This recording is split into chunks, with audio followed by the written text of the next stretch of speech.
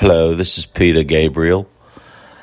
You're about to listen to the podcast entitled Nothing Worthwhile with Moody and Groo, in which these two buffoons are going to try to convince you that Phil Collins' version of Genesis was better than mine. I mean, we all know the truth. We all know the true legendary Genesis.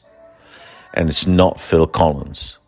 Just because these two fat losers spend 4 hours today of your life trying to convince you that Phil's was better.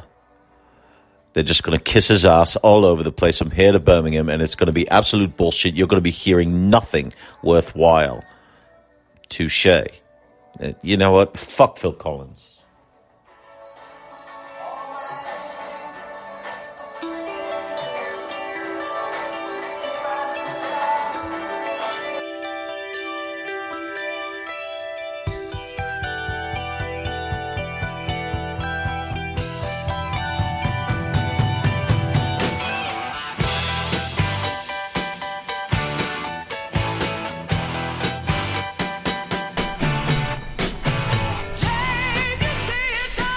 Need I say I love you? Need I say I care? Need I say that emotions grew are something we don't share? Forget it. I tried to do something different, but I felt it. It is America's #1 bi-coastal podcast featuring two annoying Jews. We are Nothing Worthwhile on the West Coast in the now averaging well over 100-degree heat in Phoenix, Arizona. Your host and moderator, Evan Moody.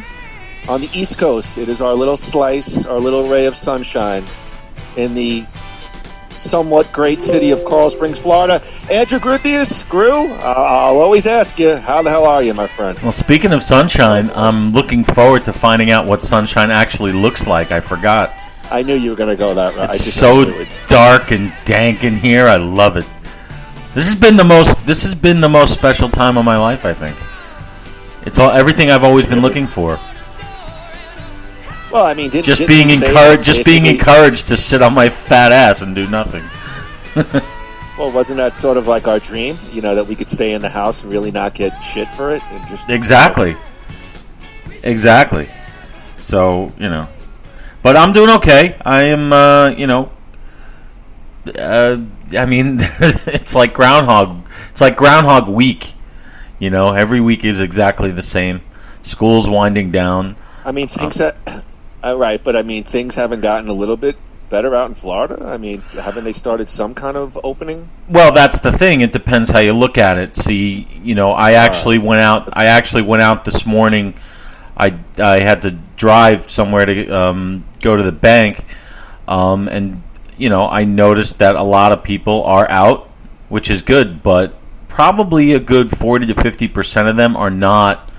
We're not like wearing masks, and they're basically pretending that this thing is over, while the other half are acknowledging that, okay, we're going to go out, we're going to do these things, but we have to take these precautions. So I'm not ready to go back out yet. I'm going to wait to see because I do think that they are pushing this reopening thing a little too early. And look, I've been economically affected, just like so many others have, far worse than me. So it's easy for me to say, but I can't go along with this just yet, because I think they're pushing an agenda which is not ready to be pushed yet. So that's. Well, I hope this recording comes out good, because you're popping a little bit in and out, but hopefully that won't affect the recording. But you know what I say to that, Groo? Nothing worthwhile. We report, you decide. What? Okay. Anyway, that went right over his head. All right. Well, listen. How are you? All right. Well, we hope everything's. How are you? I mean, I'm doing fine. I would say probably the same situation is happening here on the West Coast. Probably Arizona is maybe a week or two ahead of Florida. They just did pretty much a full reopening. I've not gone back to the gym. I'm still fairly avoiding crowds. If I go to the grocery store, I wear a mask. If I go into a restaurant to pick up takeout, I wear a mask, and I do it out of deference to myself and my fellow man who may not be comfortable with me going in there without a mask. So I follow the rules, irregardless. Like I said, I'm not ready quite to go back to the gym yet. They had the restaurants reopened with, obviously social distancing. And, I've read that a couple have closed due to possible coronavirus exposure. So we were considering going out for dinner tonight, but we decided not to. So it'll be, again, similar to Florida when we feel comfortable. But I'm glad things have begun to open up. And I'm glad that people are going back to work. And I'm staying in. Looks like Moody's getting some tonight. Yeah, maybe.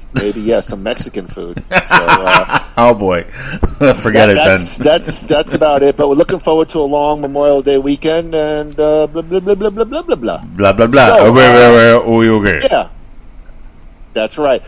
Before we get to today's topic at hand, Andrew, it's been 2 weeks. Let's scale back to our last podcast. It was Nothing Worthwhile's favorite pro wrestling storylines and angles.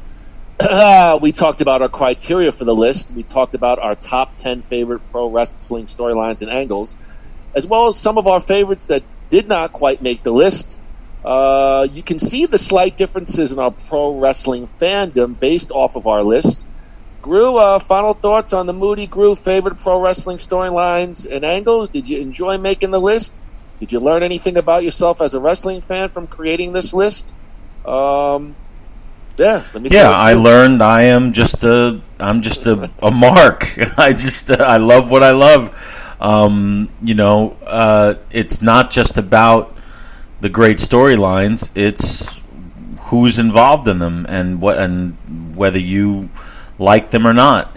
My favorite. Yeah, it's no secret that my list was littered with all of my favorite performers, but they became my favorite performers for a reason.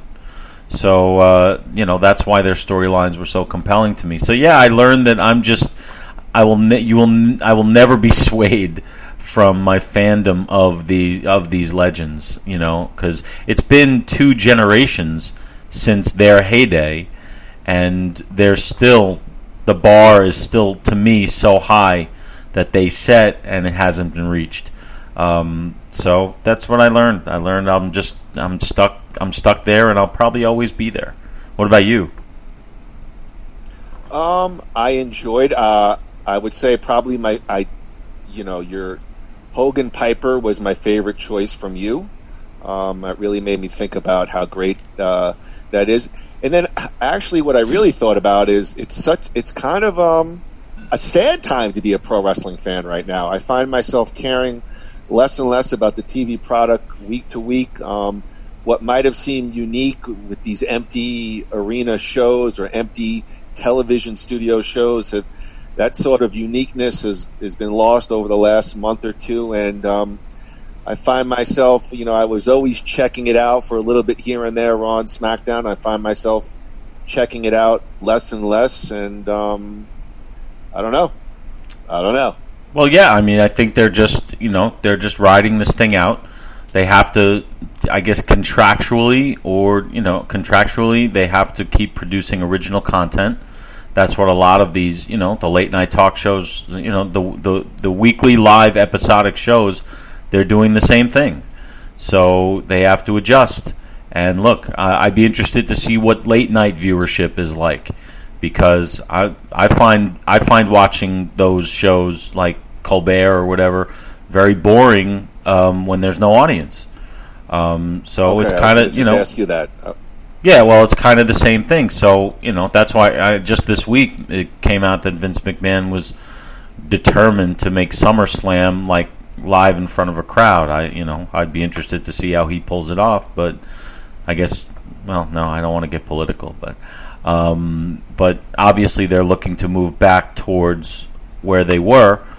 Yeah, I can't watch it. It's just, but I don't think that makes me any less of a wrestling fan, because part of the wrestling experience is the live crowd, and that's it. But thank God for the WWE Network for only $9.99 a month. They are really pushing out some great original content, so that's sort of keeping me entertained. Well, okay, let me ask you about that, because to me, the only great original content that they're really pushing out right now is that 5-part Undertaker series. I mean, is there other stuff on Yes. there? I mean, what's the other stuff? It's not so much like original content. It's repackaging stuff. So if you look at a lot of these, if you go on the network and you look at a lot of these best of the WWF things, those are not bad. Okay, those are not bad. They're indexing them by superstar. So, for example, I started watching the best of Randy Savage. Now, I thought it was just going to be match after match after match, which it is, but it's also done kind of documentary style, and the matches are like a narrative throughout his career. So they're putting these things together for a lot of, there's a lot of them on there now. And they're nice and long, and then so it's so I've been enjoying that too, looking at old favorites in a new way with commentary by current superstars about so that's always fun. So and I enjoy. There are some that I skip, but you saw my list last week. Half of those matches that are on his best of were part of my list of the greatest angles. So it's enjoyable. Right. I think that they're going to expand with the new content. I mean, they do documentaries really, really, really well, and I think that's where I just think I agree with you. It's not bad. I watched a little bit of Brock. I watched a little bit of Triple H's greatest matches, and they do have some narrative voiceovers. But to me, it's almost like a repackaging greatest hits, which is not terrible.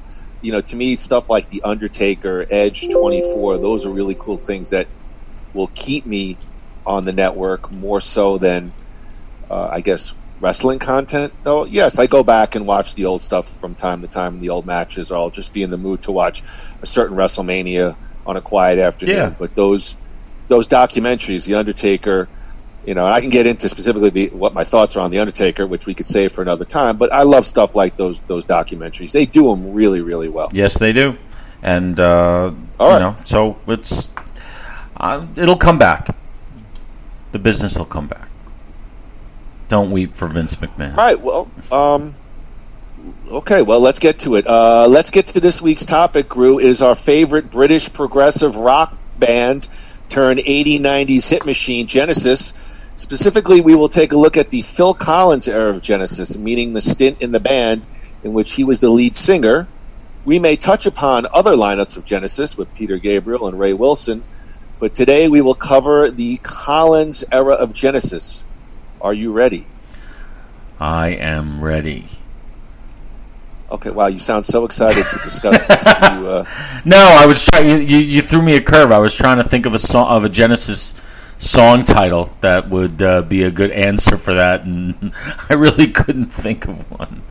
So, well, look, let's get into it before we get into the history of. Let's not throw it all away. All right, but because you and me Genesis, you and me with this Zoom thing, we now have an invisible. I'm sorry. Well, I can't dance. Always enjoyed it. I've always enjoyed. You're no son of mine, but Jesus, he knows me. So let's drive the last bite. Oh my God, this guy! You're misunderstanding. You're misunderstanding. Wait, was that a Phil Collins song or a Genesis song? Misunderstanding. No, how do you even come on? Come on. I forgot. Come on. This it thing is a Genesis. Yes, it is a Genesis. And one of my more favorite Phil Collins. Yes. But let me just say this: I've always enjoyed both an invisible and visible touch. Hey now! Come on, let's focus in. All right, drink your cup of coffee. Let's focus in, Andrew. When I say the rock band Genesis, off the top of your head, let's ease into the conversation. When I say Genesis, what are some of the things that come to your mind? Borderline guilty pleasure. Not quite. Because they are great. They are a great band. They're not the greatest, but they were certainly innovative, and they've just kept it going. They just, they have a chemistry that just is really enjoyable to watch. Having seen them live, and I enjoy their videos. It's not just about the actual songs and music. Although that's the biggest part of it, and their music is terrific. It's not stuff that is like greatest songs of all time, whatever. But it's a lot of fun. Always is, always will be. And you got to give them credit for taking the original lineup and being able to transcend the times and the way they have grown with the times. The kind of music they're doing now is nothing like what they did back in the 70s, and it takes a great, talented band to be able to do that. So, yeah, Genesis definitely one of my top 10 favorite bands of all time, without a doubt. Has there been a band from point A to point B that has changed their sound more and still remains successful than Genesis? The only one I think who would come close would be like U2. The only difference there is that U2 didn't really change their sound. They changed the type of songwriting to fit with the times. Like Achtung Baby was a very big departure from like the Joshua Tree, but you still had edges like fretwork, and they had their signature sounds. But Genesis, I think, takes the cake on that one. They really break ground every time they do something. At least that's how I see it. So the answer is no. I don't think anybody's equaled them. Yeah, I think of a couple of bands like Fleetwood Mac, Jefferson Airplane. But those bands, they have 19 different lineup changes. I mean, so I don't really put them in the same category, especially like Fleetwood Mac. You never know which version you're getting. Is it going to be Stevie Nicks and Lindsey Buckingham, or is it going to be, the other guys, and this person retired? And so it's like when you have different people, you're going to get different sounds. And what was the other? Okay, what was the other band you mentioned? You mentioned Fleetwood Mac. Said Jefferson Airplane. Yeah, well, Jefferson Airplane not only have lineup changes, but they have name changes as well. So look at We Built This City and compare it to White Rabbit. So that's what I'm saying. Yeah, this is a discussion. It's not. What is this? The Andrew Gruthier show? I'm throwing you out a couple of names. Fleetwood Mac was, I think, a very jazz-oriented, band. Peter Green and Mick Fleetwood originally. Then they got Lindsey Buckingham. All right, wait, listen. Well, no, but you could. Well, let me just agree with that by giving you another example. Journey. Mm-hmm. Journey. Okay. Okay. Before Steve Perry, they were kind of like Genesis a little bit. Then Steve Perry, brought them. You could say the same about Chicago. When they have these lineup changes, everything changes. Genesis. I think that's a good point. Journey was sort of rooted in Santana, California, sort of acid psychedelic rock, and then they got Steve Perry and obviously crafted. It's just an interesting sort of topic to see how these bands have evolved.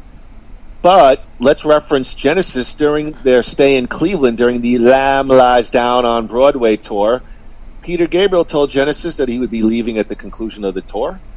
Gabriel wrote a statement regarding his departure to English press that was published in August of 1975, titled "Out Angels Out." You could just feel the pretentiousness in the title, explaining that he had become disillusioned with the music industry and wanted to spend extended time for his family. Tony Banks stated Peter was getting too big for the group. He was being portrayed as if he was the man, and it really wasn't like that. It was a very difficult thing to accommodate, so actually it was a bit of a relief. So Tony Banks saying maybe they were kind of glad when Peter Gabriel stepped away. It certainly sounds that way. It depends when that interview's from. Well, it was 75. After that, you had 4 remaining group members. You had Phil Collins, Tony Banks, Mike Rutherford, and Steve Hackett. They reconvened in London in July of 75. They had talked about continuing as just an instrumental group. That was quickly rejected. They started recording the album A Trick of the Tail in October of 75 with David Henschel as producer. They did not have a replacement singer in place, so the idea was let's record the album, let's record the instrumentals will bring in vocals later on. They auditioned singers as they went.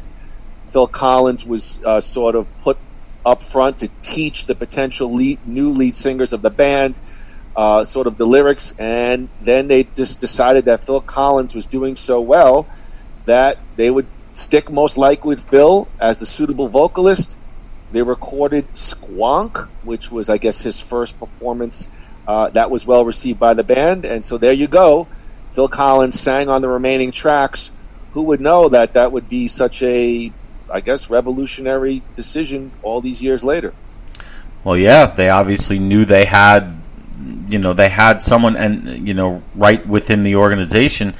And what's mostly interesting about that to me is that Phil Collins sounds nothing like Peter Gabriel. Like they are. No, I agree. Yeah, I agree. Like if you look at other bands, like when they have to replace a singer, the first thing they do is try to recreate that sound. I could name a dozen bands that have done that. These guys, they said, okay, it's going to be a different thing, so let's make it a different thing. And little did they know that they'd have the same problem with Phil, 10 years later that they did with Gabriel in '75. But rightly so. These guys are great songwriters. Let's not jump ahead. We got a long way to go. However, let me ask you a question. You mentioned some bands. Could you give me? I'm just curious. Give me a couple of examples of bands that really just tried to recreate that classic sound with the new lead singer. Well, I already mentioned Journey. They've done that twice. Right, wasn't that was Perry a departure from the original guy? Well, it wasn't. Perry I mean when Perry left. I'm talking about when Perry left. Okay. I could say Van Halen as well. Like those first few songs on Van Halen 5150, which we did a whole podcast about, they sound like they were written for David Lee Roth.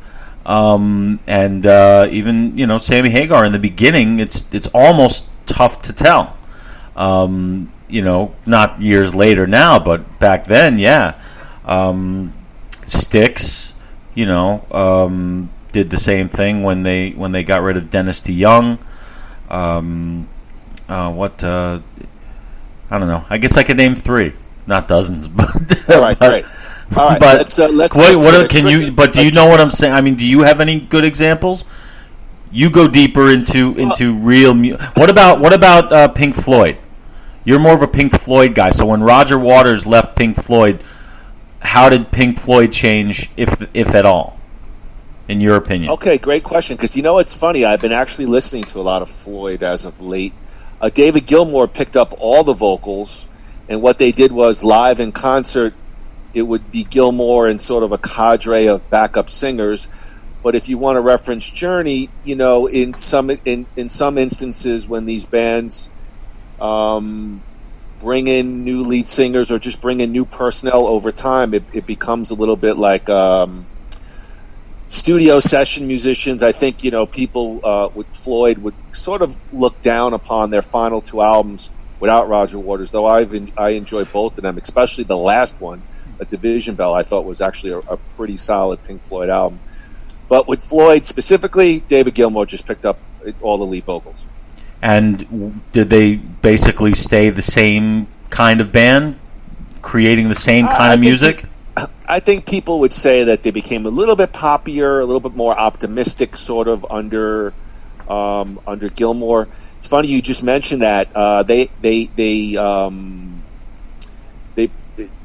had a reunion, I think Live 8 some years ago, where they finally made amends with Roger Waters, and they did like a 5-song.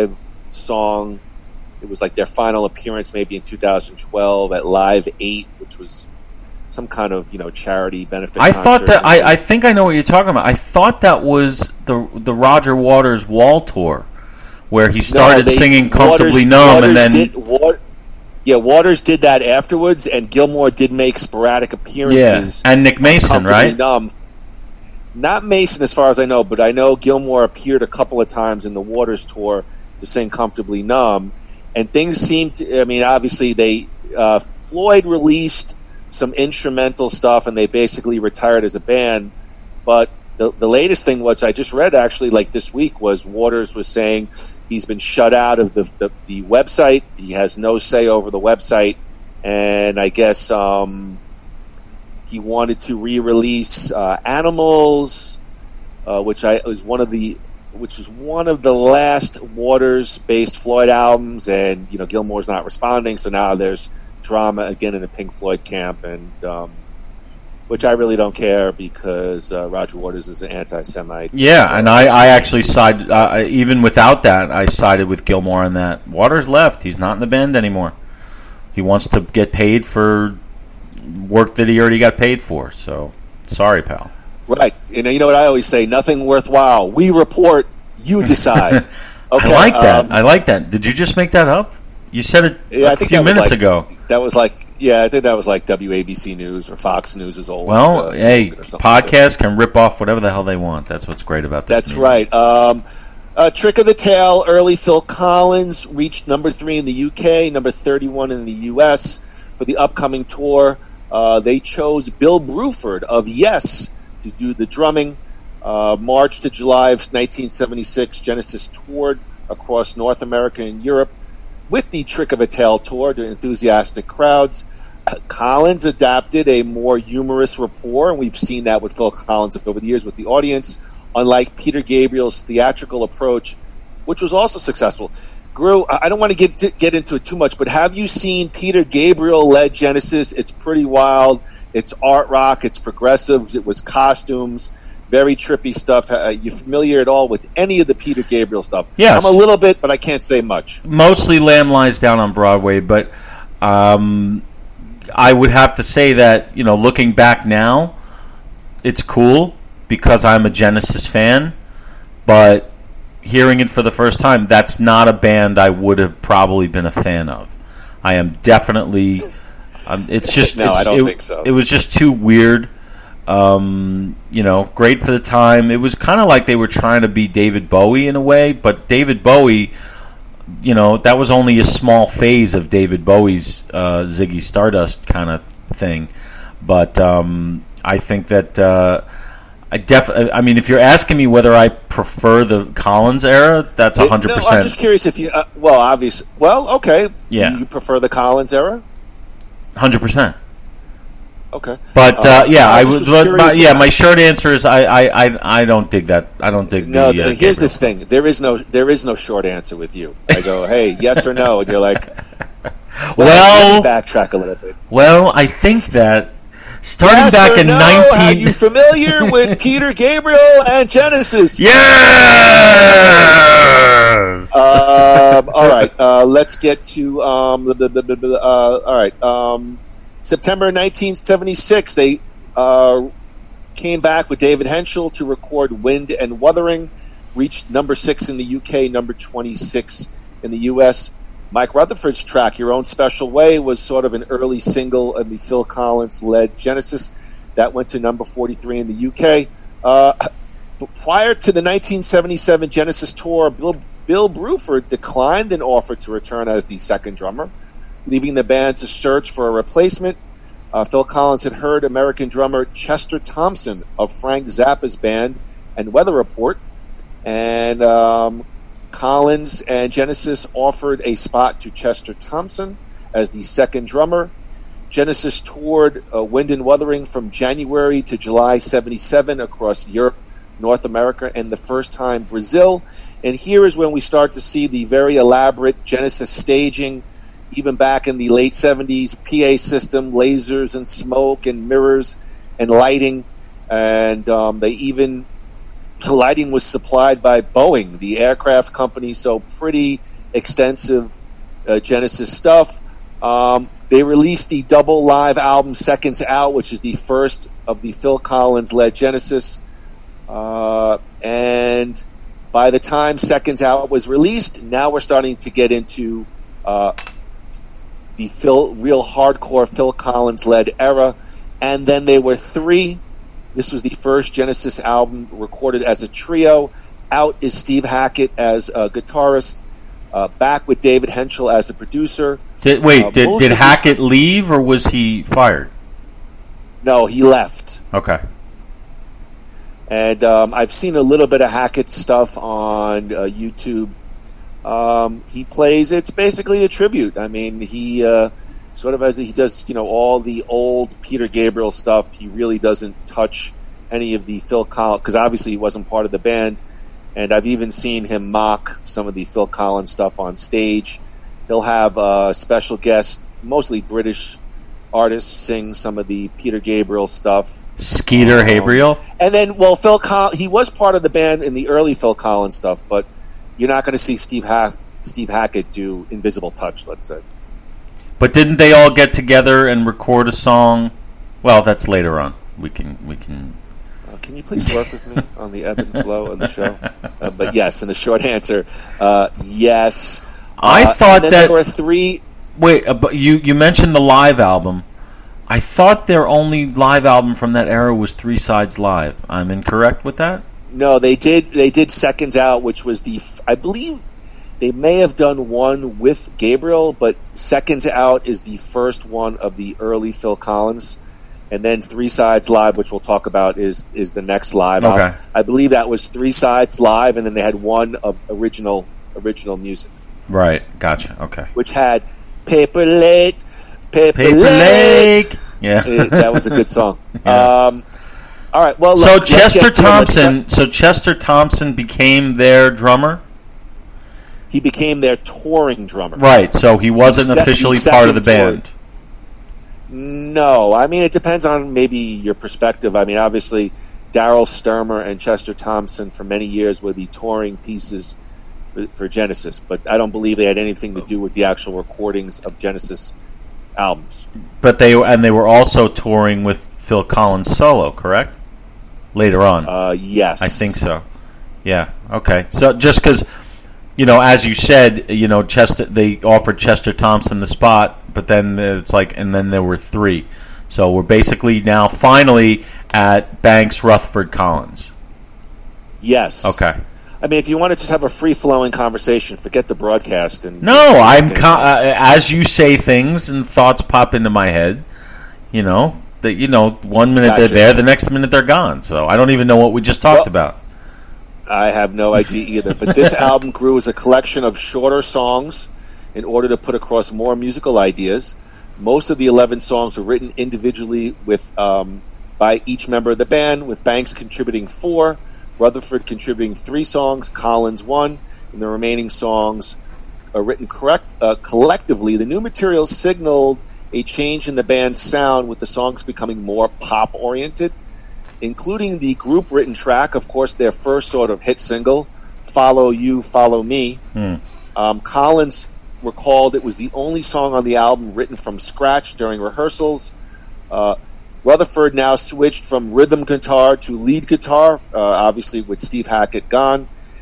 He also, in addition to his usual rhythm and bass roles, Collins later saw the album as a very vocal, very solid album.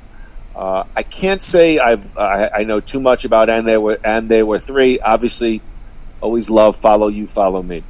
Yeah, well, we all do. It's a great song. Phil Collins actually came. There was an interview I read this week that where he said he's not a huge fan of that song. Go ahead. Let me hear about this. He felt it was too far at the time. He felt it was too. They were really trying to be poppy. And trying too hard, in his words. I believe those were the words. I forgot where the interview was, but I'll find it again. I just kind of stumbled upon it. But yeah, he's not. He loves that album, but he's not very fond of that song in particular, which was surprising to me. That is surprising to me because, I mean, hasn't Phil Collins been derided for, just overall pop sort of fluff over his career and over Genesis' career? So I find it weird that he's sort of criticizing himself and the band for trying to take it too far to that sound, I guess, back in the day. Although, here's what I do say about Phil, and we've talked about this before. Everything comes in circles, and I think Phil is, over the last couple of years, has gotten a begrudging respect from music critics and current artists for being very influential, and his stuff being not just fluff, but really solid pop, rock and roll. Yeah, and I think that whether he knows that how his songs are perceived, both solo and with Genesis, and I think he really likes to give the fans what they want, rather whether he likes to or not. I think he just always has had that kind of thing. He's always going to play this song. He's always going to play that song. They don't really deviate much because he knows what the fans want. When he does give them something that is new, everyone's going to know what to expect beforehand. Like he did, and I know, again, I'm getting ahead of ourselves, but when he went on that Going Back tour where he played all the oldies, I didn't go see it because those aren't the songs I wanted him to hear. But there are some people who like to hear that stuff. But I think he's always been that kind of guy who, even a song he doesn't like, he'll play it because that's what the fans come to see. I've always respected that about him. That he gives them what they want, and I like that. Listen, if I want to go to a concert and see a bunch of standards, I'll go see Rod Stewart. Rod Stewart mixes in the hits. That's on my. That's actually on my bucket list. Rod Stewart. I know you don't like him that much. I do. I mean, would I see him? I guess, but no, he's not on my bucket I got to sit in a recording studio with him and help him, discover a good track. Way to put yourself over, cheap heat. Okay. As time goes by, Volume 2, I think it was. Okay, well, that could be another podcast. Let's stay on topic here. I just delivered him cocaine. That was all I did. That was. You better be careful with that. I would not be surprised. Actually, hey. Hold on. You made the comments about Phil's comments. So, again, this marked a noticeable change in the band's sound, moving from progressive art rock towards shorter, more concise songs. The decision, as Collins noted in my research, that it gave the impression that the band was aiming to become more of a singles band, but maintained that material remained fundamentally the same. Mike Rutherford, in particular, wanted to forge his own style and not copy Hackett's distinctive guitar tones. So the album was more dominated by Tony Banks' keyboards, with sparser and simpler guitar pair. So obviously Genesis is making a noticeable effort to break away from the Peter Gabriel sound. One thing that, just looking at that, Phil Collins, I know I saw an interview, he's always said that the most essential element of the Genesis sound is Tony Banks' keyboards. And that was the one thing that they could not pull out. I mean, they would not have Genesis in any form or fashion without Tony Banks' keyboards. What are your thoughts? Do you agree with that? 110%. And I say that from a perspective where, don't get upset, but no, go ahead. One concert that I saw on their reunion tour in 2007, where I was literally in the front row at Giant Stadium, and I was standing sort of on the Tony Banks side, I could really see. I mean, he's got 6 different keyboards up there that he's using, and he's using all of them in the same songs. He's going from this one to that one to this one to that one, and just seeing how effortless the sound is and how much of that sound is coming out of those keyboards. What Phil says right there is 1,000,000% true. You can't give Tony Banks enough credit. So 100%. Do you agree? Yes, I do agree. I think that even if you've listened to some of the stuff with Gabriel and even the one album, Calling All Stations with Ray Wilson, the one constant has always been sort of those Genesis style weird progressive keyboard playing with Tony Banks. Yeah, and that's, to me, that's what I love about that group, because with Genesis, all you need to hear is a second or two of a keyboard riff or a second or two of a drum beat, and you know it's Genesis. And I love bands like that. I love bands where you can just, even if you don't know the song, you can hear them play and you know it's them. And Genesis is one of those bands. and that's even with the core is 3 guys, and even though they have the 2 touring musicians, what I always like too is that's such a really full sound for just a relatively small number of guys on stage. Sure. It's a big sound. Yeah, and when it's the 3 of them, especially nowadays that Collins doesn't play the drums anymore, it's really just a 2-man band with session guys in the back, but still the majority of the music is coming from Banks and Rutherford. And it shows how, look, only the greats have the longevity. And these guys have been around, is it bordering 50 years already? Almost? Well, I mean, the Peter Gabriel stuff, I think they even started back in the very late 60s. So even more. You do the math. You got it, 50 years. And the 2 constants in the band are Banks and Rutherford. And, they've been since day one, and they're still today. So what Phil says there is perfectly legit. And then There Were 3 was released in March of 78. It received some mixed reviews from critics at the time, owing the album containing short songs which excited new fans but obviously disillusioned the old hardcore Genesis fans who loved the previous work. Chris Welch wrote a positive review in Melody Maker stating that the album was remarkably powerful. And Then There Were 3 was a commercial success, peaked at number 3 in the UK, number 14 in the US. Follow You, Follow Me was released as its lead single, as we said, and it reached number 7 in the UK, number 23 in the US, their highest charting single in both countries since Genesis formation. In search for a new touring guitarist, Groo, Mike Rutherford tried out a bunch of different guys, and then American guitarist Daryl Stammer of Jean-Luc Ponty's jazz fusion group. That's an American guitarist? Yeah, jazz fusion. I think of that. What is this, Chick Corea? Anyway, they brought in Daryl Stammer. He rehearsed with them in New York City. Rutherford was satisfied with his performance after they played 2 songs together. After Daryl Stammer was chosen, he was given a list of 26 songs, and he said, "You need to learn all of these because you're going to tour with us." And Then There Were 3 tour ran from March to December of 1978, visited North America, Europe, and for the first time Japan, and it cost an estimated over $2 million to stage.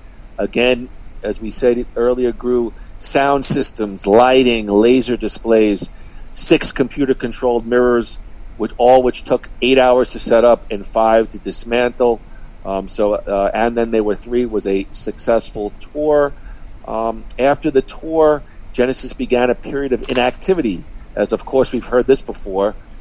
Phil Collins' marriage was at risk of collapsing. Wah, my marriage is at risk of collapsing. There must be some kind of misunderstanding. Yeah. Must be some kind of mistake. Yep. Hey-o. Well, I'll let you know that during this break, Phil Collins performed with his band Brand X, and then wrote and put out his first solo album, the legendary, and it was a good one, Face Value. We'll talk about Face Value later on at another time. So, in 1979, Banks Rutherford moved into Phil Collins' home in Shalford and rehearsed material for Duke. Let's see here. They found that the writing process was much easier and less complicated than their previous album, and Then There Were 3. Duke continued the band's transition into writing shorter songs, with each member contributing 2 songs for the group to develop. And here's one thing that's interesting. All 3 of the bandmates wrote Duchess, which was the first Genesis song to use a drum machine. Now we know, Andrew, that the drum machine sound is an important element of Genesis with Phil Collins, and even Phil Collins. Those little drippy things. Remember we talked about how? Yeah, well, listen, I don't know how familiar you are with Duke, but this is where I really started to listen to the Genesis Phil Collins thing. The track listing for Duke, Behind the Lines, Duchess, guide vocal, Man of Our Times, a good earlier Collins Genesis song. Misunderstanding, one of my favorites. Heath Hayes, Turn It On Again, another classic track. Alone Tonight, Cul-de-sac, Please Don't Ask. And then we have some instrumentals, Duke's Travels and Duke's End. I'm just curious, and again, I have somewhat good. I believe I had the CD Duke. Any familiarity with the Phil Collins Duke Genesis album? Yeah, I mean, you mentioned the two big legendary songs from there. Turn It On Again is actually my favorite Genesis song. I am a huge fan of that tune, and Misunderstanding's great, especially the story behind it, it's all about Phil's broken marriage. I remember seeing on one of the behind the music things, like he really went in depth into that one, and that's a great song. But Turn It On Again is it's great on the record and it's great live. It's just a great song. And the other songs on that album kind of followed suit, but those were really the standouts. And two songs can make an album legendary, and that one I think those two did, because those have major staying power. It's funny because when you're talking about Misunderstanding and like Phil Collins' marriage, I just think of like in the '90s when like I'd watch VH1 Behind the Music, and it'd be like that announcer would have that somber voice, and he'd go, "Up next, Phil Collins' marriage crumbles apart," and they show Phil like a bald spot, looking all stressed out, and I'd be like, "Oh, I can't wait till it comes back from the commercial so I could hear this guy's misery story." And then after that, it's like, and then the next commercial is like, "Up next, if you thought the bottom dropped out before, just wait till just right. come back after these words from Hall's Mentholyptus." Right. Well, it's like when they had the Behind the Music for Billy Joel, and it was like the worst thing was he got ripped off by his brother-in-law. I was like, that's nothing. Just everybody gets ripped off in that business. Exactly. I was like, this is not. Give me the sex and drugs. Give me the. Right. Yeah, like I like give Motley me the Crue alleged. like give next. me the alleged murder or something. Right. I like Motley Crue was like up next. Vince Neil lies in a pile of automotive wreckage. Yeah, you know why? You know why that's why the original and Behind missing the Music. His big toe. I think that would have happened anyway. But that's why the original Behind the Music, the first one ever to air, I believe, is still considered the benchmark, which was the Leif Garrett one. Because that was filled with just terribleness after just disaster Did after he disaster. Reunite with somebody who was paralyzed? Yes, because of him. He was drunk driving, and his passenger. They got into an accident, and his passenger was paralyzed. And yes, the show sort of staged them getting back together after all these years in a big love fest. Like, I'm sorry, no, I never blamed you. You actually saved me that night, and listen, seriously, we're sitting there watching this, and it's Waterworks. We're like, this is the greatest thing ever. Yeah, and everything since then, nothing since then. Leif, I don't blame you. I am a quadriplegic, and I now shit in a diaper, but I've learned so much about myself that I thank you for this opportunity. Yes, I owe you. Wait, here's my other thing. Leif is like this. I just want to be so serious right now, and I want to say I have my heartfelt apology. Can you guys turn the cameras here to my good side and just pull it back a little bit? Is my do-rag on straight? Right. In 3 and 2 and 1. I'm so sorry that wait, let me get into character here. But yeah, so like all the other Behind the Musics after that, we were looking for disaster. And when it's just, the marriage breaks up, they lose money, Crimea River.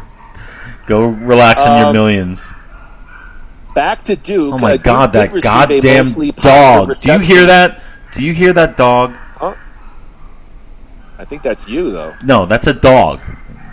I These understand fucking that, people outside my apartment. They walk their dog, but just in this little vestibule here. Like, they don't even take him outside. They're just walking him in a circle through. My apartment complex. This little vestibule here, and anyway. What does the dog do? Just crap in the hallway? It doesn't crap. It just barks. I think it's housebroken. They just want to take them outside, but they don't even take them outside. Do they not know that they're impeding on an award-winning podcast while they're doing this? They have no idea, even though the sign is outside the door. But well, you know what? Anyway, I wish that dog hip dysplasia.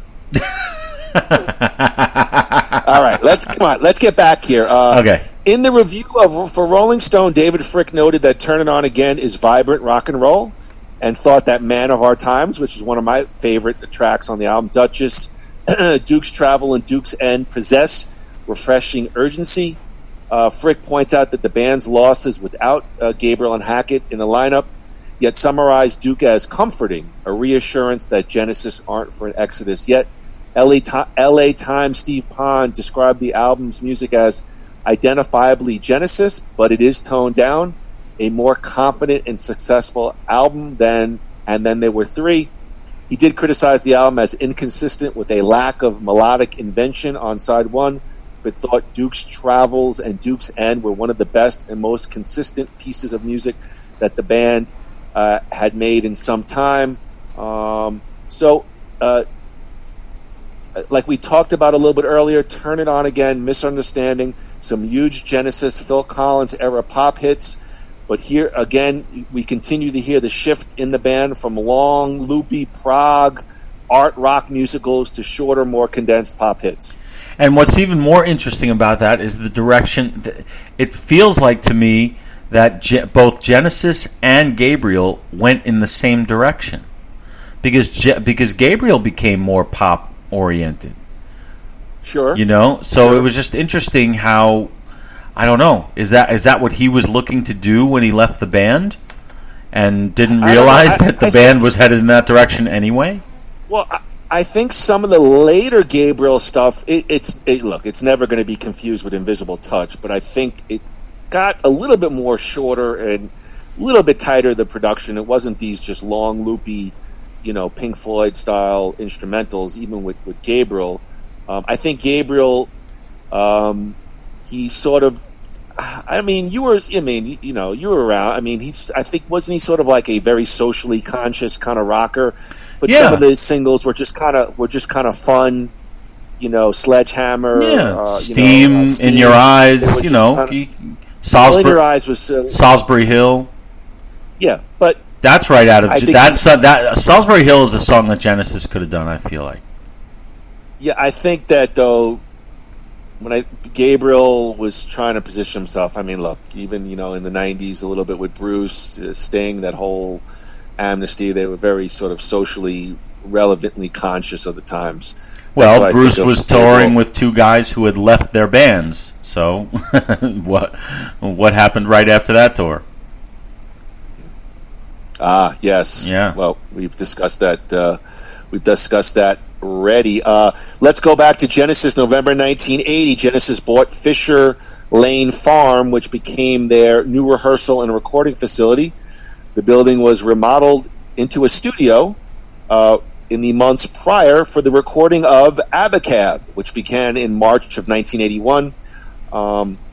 The new environment had a productive effect on the writing process, as the band wrote enough for a double album, but they discarded about 1 hour's worth of songs that sounded too similar to their past albums, and they wanted just to produce one tight album.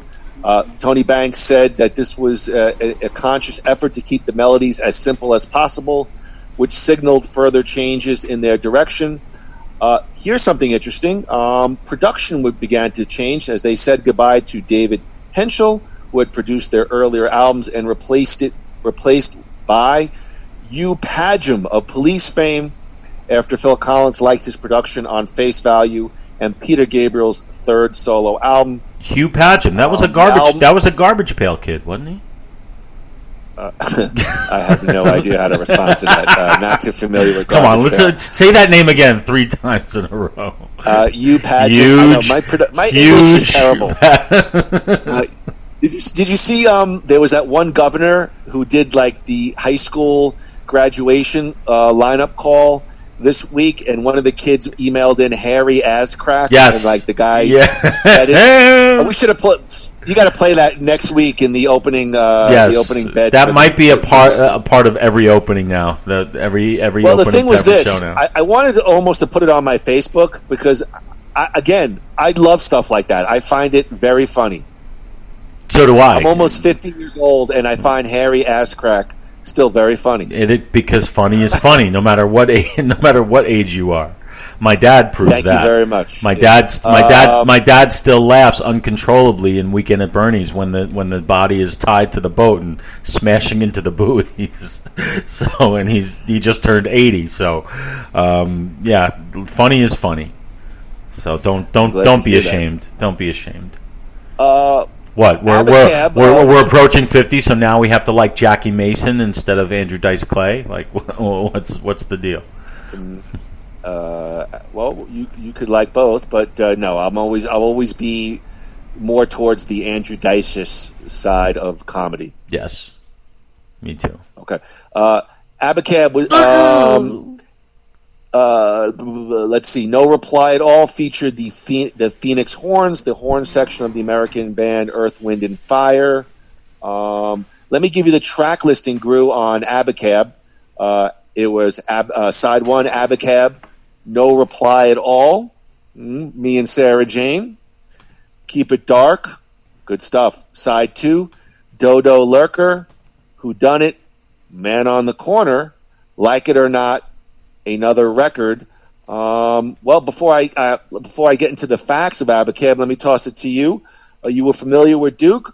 Are you familiar with Abacab? It's probably, this is, I think, where they really make a very pronounced effort to almost go, I don't know about full pop, but they're certainly going into full 3 to 5 minute songs, concise. I'll shut up. Let me hear you. Yeah, this is to me, this is the turning point. Especially where they open up the album with Abacab, which is actually kind of lengthy for I believe Abacab was a hit single, correct? Yeah, but they have a radio edit and they have I think the album cut. The album cut gives you a little more of an instrumental interlude. Yeah, because Abacab is a very recognizable song, but it's 7 minutes long also. I love the Tony Banks song "Me and Sarah Jane." That's a really good song. That's a good song too. The Dodo Lurker mishmash is almost 8 minutes, and I never really liked that one, but I do like. Right, but when you listen to Dodo Lurker, is that about like dinosaurs? That's the thing. I want to say that was them. I think that was them. Is that about the death of dinosaurs? Maybe. Basically? Maybe. I think that was them trying to like sort of link themselves back. I think they took a step back with that one. Yeah. But then Man on the Corner, which is Collins through and through. I don't care who I don't care who says. I don't care who they say wrote that song. That's got to be Collins. But it's good Collins. Like It or Not is a good song. I think that was Rutherford. And Another Record's a good song. Like It or Not was written by Mike Rutherford. Okay. Absolutely right. So in thinking about it, this is a very consistent album, I think. If there's an album cut that I like the best, actually, I loved Keep It Dark. I thought that was a really cool, interesting song. And also, I like the last 2 tracks on side 2, Like It or Not and Another Record, are sort of Phil Collins-ish, almost Mike and the Mechanics-ish. It's definitely a clear pop, but it's well done stuff. Those last 2 tracks. Yeah, and I really do like that the horns, the Earth, Wind, and Fire horns on No Reply. I just always dug their riffs with that. I know all right. That sounds. Let's see here. Let me give you some facts about Abacab, Groo. It was released in September of 1981. It reached number 1 in the UK and number 7 in the US. 3 singles from Abacab entered the top 40 in both countries. Abacab reached number 9 in the UK, number 26 in the US. No Reply at All, which you referenced earlier, reached number 29 in the US. And Keep It Dark, which was a European-only single, went to number 33 in the UK. What was the critical response to Abacab? In a review for Melody Maker, Paul Corbett thought the album was the band's least consistent and therefore the least predictable in 3 years. He recognized a heavy PC influence, Phil Collins, on Man on the Corner, which you referenced earlier, No Reply at All. Mm-hmm. But he does not have it. It's his own way, referencing that there is some other tracks of different, Genesis sound. LA Times wondered if the success of Phil Collins' solo album Face Value was an influence on the group. The critic Ken Kubernick said yes and no.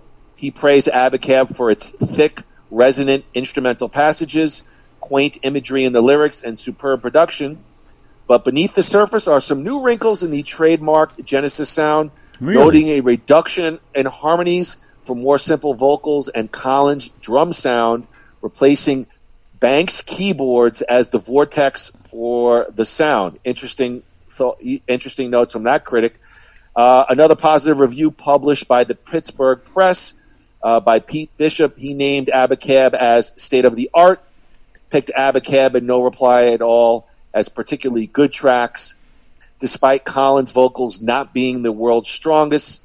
He called Who Done It a dud. Is that guy still writing? I don't know, but overall, the album will please Genesis fans. Let me give you one more review, Groo, before I throw it to you. David Frick, world-renowned of Rolling Stone, praised the album for shredding its ivory tower artistry of their previous albums, turning more to sparse arrangements and highly rhythmic interplay, and drawing inspiration from popular contemporaries such as The Police. We know it was produced by Hugh Padgham. Abacab, No Reply at All, Man on the Corner, more drum machines, simpler Collins vocals, seeing the evolution of a band and its sound right in front of us.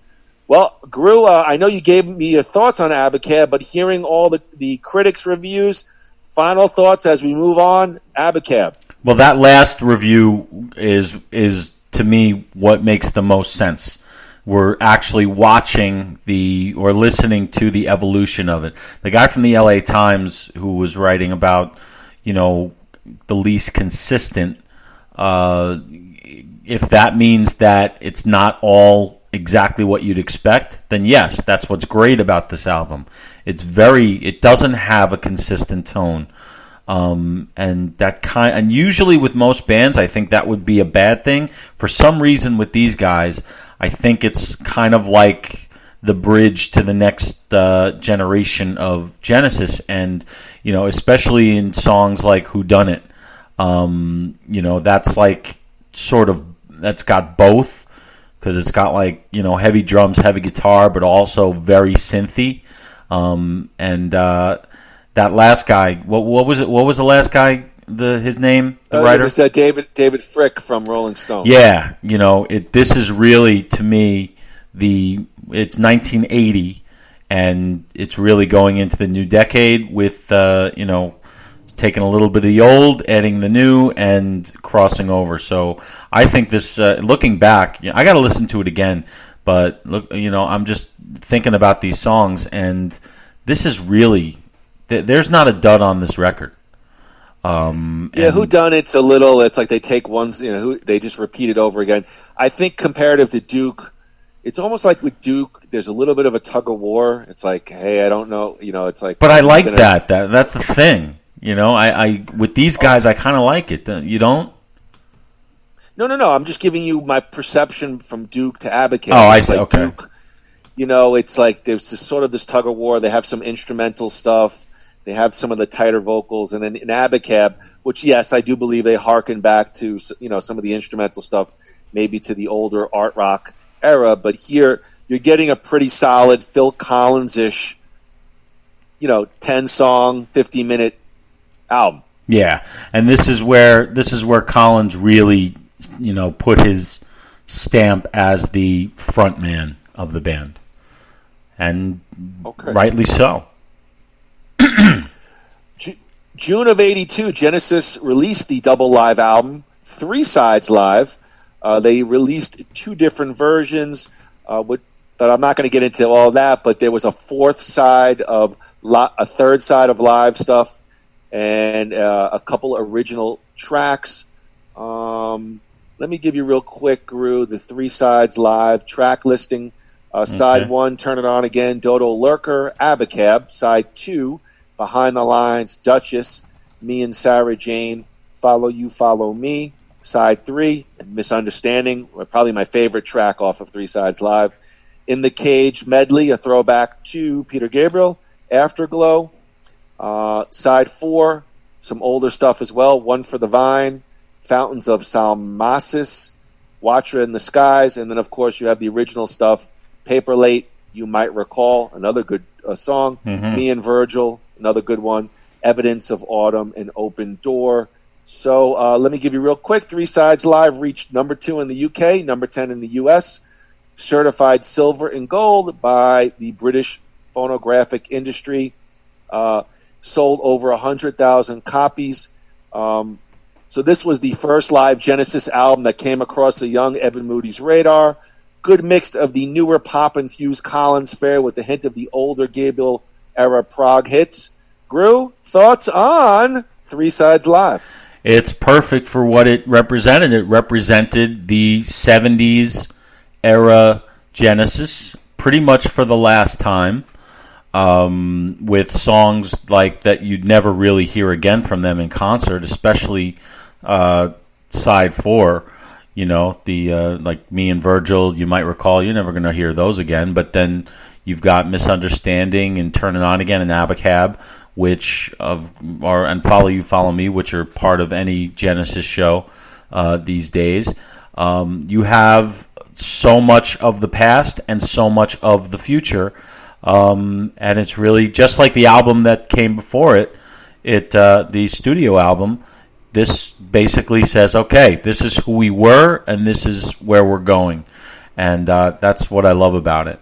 Listen, you're a little bit younger. You're a little bit younger than me. I think this is where Genesis really came across my radar. It's funny because I think about even like Billy Joel's Songs in the Attic. I mean, I don't really certainly heard other Billy Joel stuff, but Songs in the Attic, I was like, oh, I love this live album. I'm going to really start listening to this guy. I mean, I think for me, Genesis 3 Sides Live, I maybe caught some of it on the radio, and then I went back and sort of discovered Genesis. Is that where did Genesis really come on your radar? Was it here or was it later on? A little later on. It wasn't even Phil Collins came on my radar before Genesis.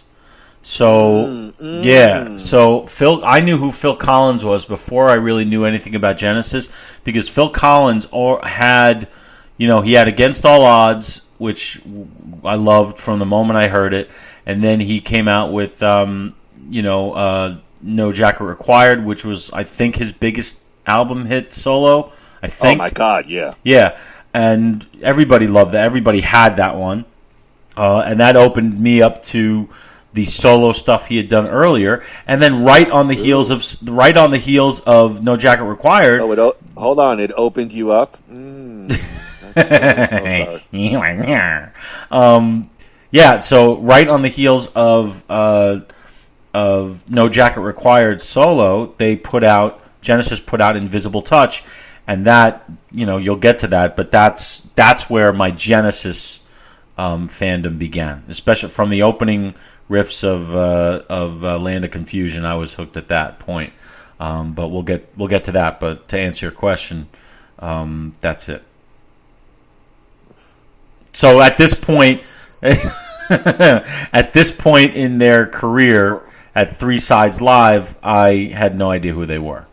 But 3 Sides Live is But 3 Sides Live. That's basically all you had to say. That's basically all you had to say. It's like a loopy, meandering river. Well, I am very loopy and meandering. But 3 Sides Live, if there's one weakness to it as compared to other live albums, it's live tracks pulled from several different concerts. It's not like one full concert, which is kind of what I prefer with live records.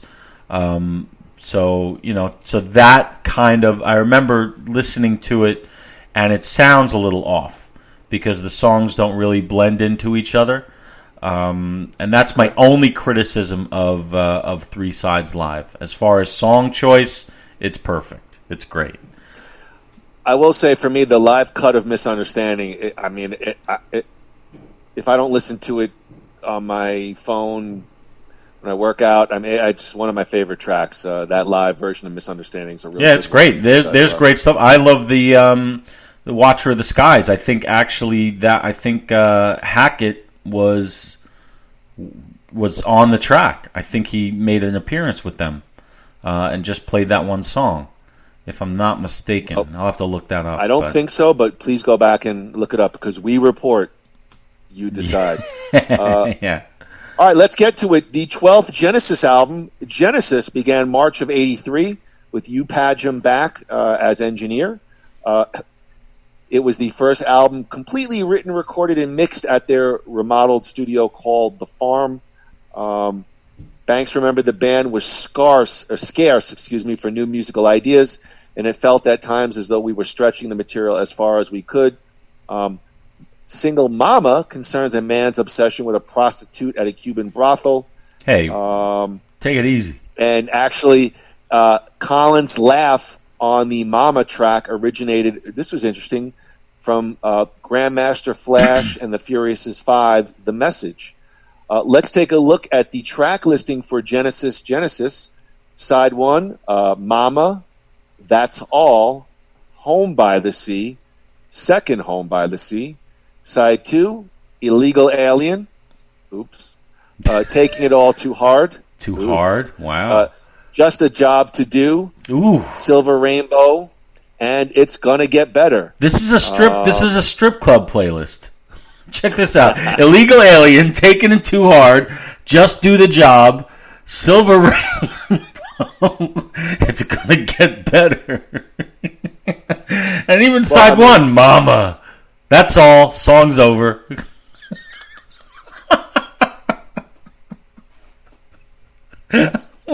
Hold on. Okay, so let's. After the wait a second. You can't just skip over that. Look at the names of the songs. I'm sorry. I was looking at my notes. Go. Oh God, this is going to be. Bring it back again. What, strip club? Yeah. Look at the names of those songs. I now I can't even remember. I remember Illegal Alien. Okay. Well, there are very few Americans on that stage. Well, I'll tell you what. Maybe in Coconut Creek.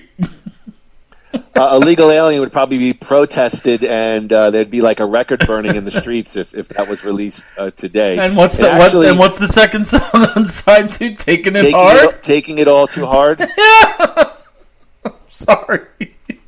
Just a job to do. Oh God! Come on, they had to have named. They had to have named these songs. Let's just be as. I think just a job to do. That was. I think it ended up like on a Miami Vice. I think Phil Collins it didn't a lot of Phil Collins stuff, but they had to look at this and let's do double entendres down the line. Genesis took a break in February of '84. Mike Rutherford formed his. Wait a minute. What was the response? What was the response to this album, though? I'm getting to it. Oh, I'm getting to it. Oh, okay. But they had taken a little bit of a break. Rutherford formed Mike and the Mechanics.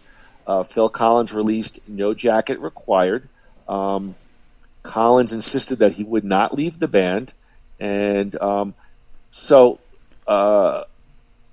we've seen this before from time to time when a lead singer gets more popular than the band. Sting and the Police, Phil Collins and Genesis, even Stevie Nicks and Fleetwood Mac. Is that something that really can change a band's dynamic? And how hard is it for a band to continue when the front guy gets most, if not all, of the credit? It depends. It really depends on the nature of the relationship between the people.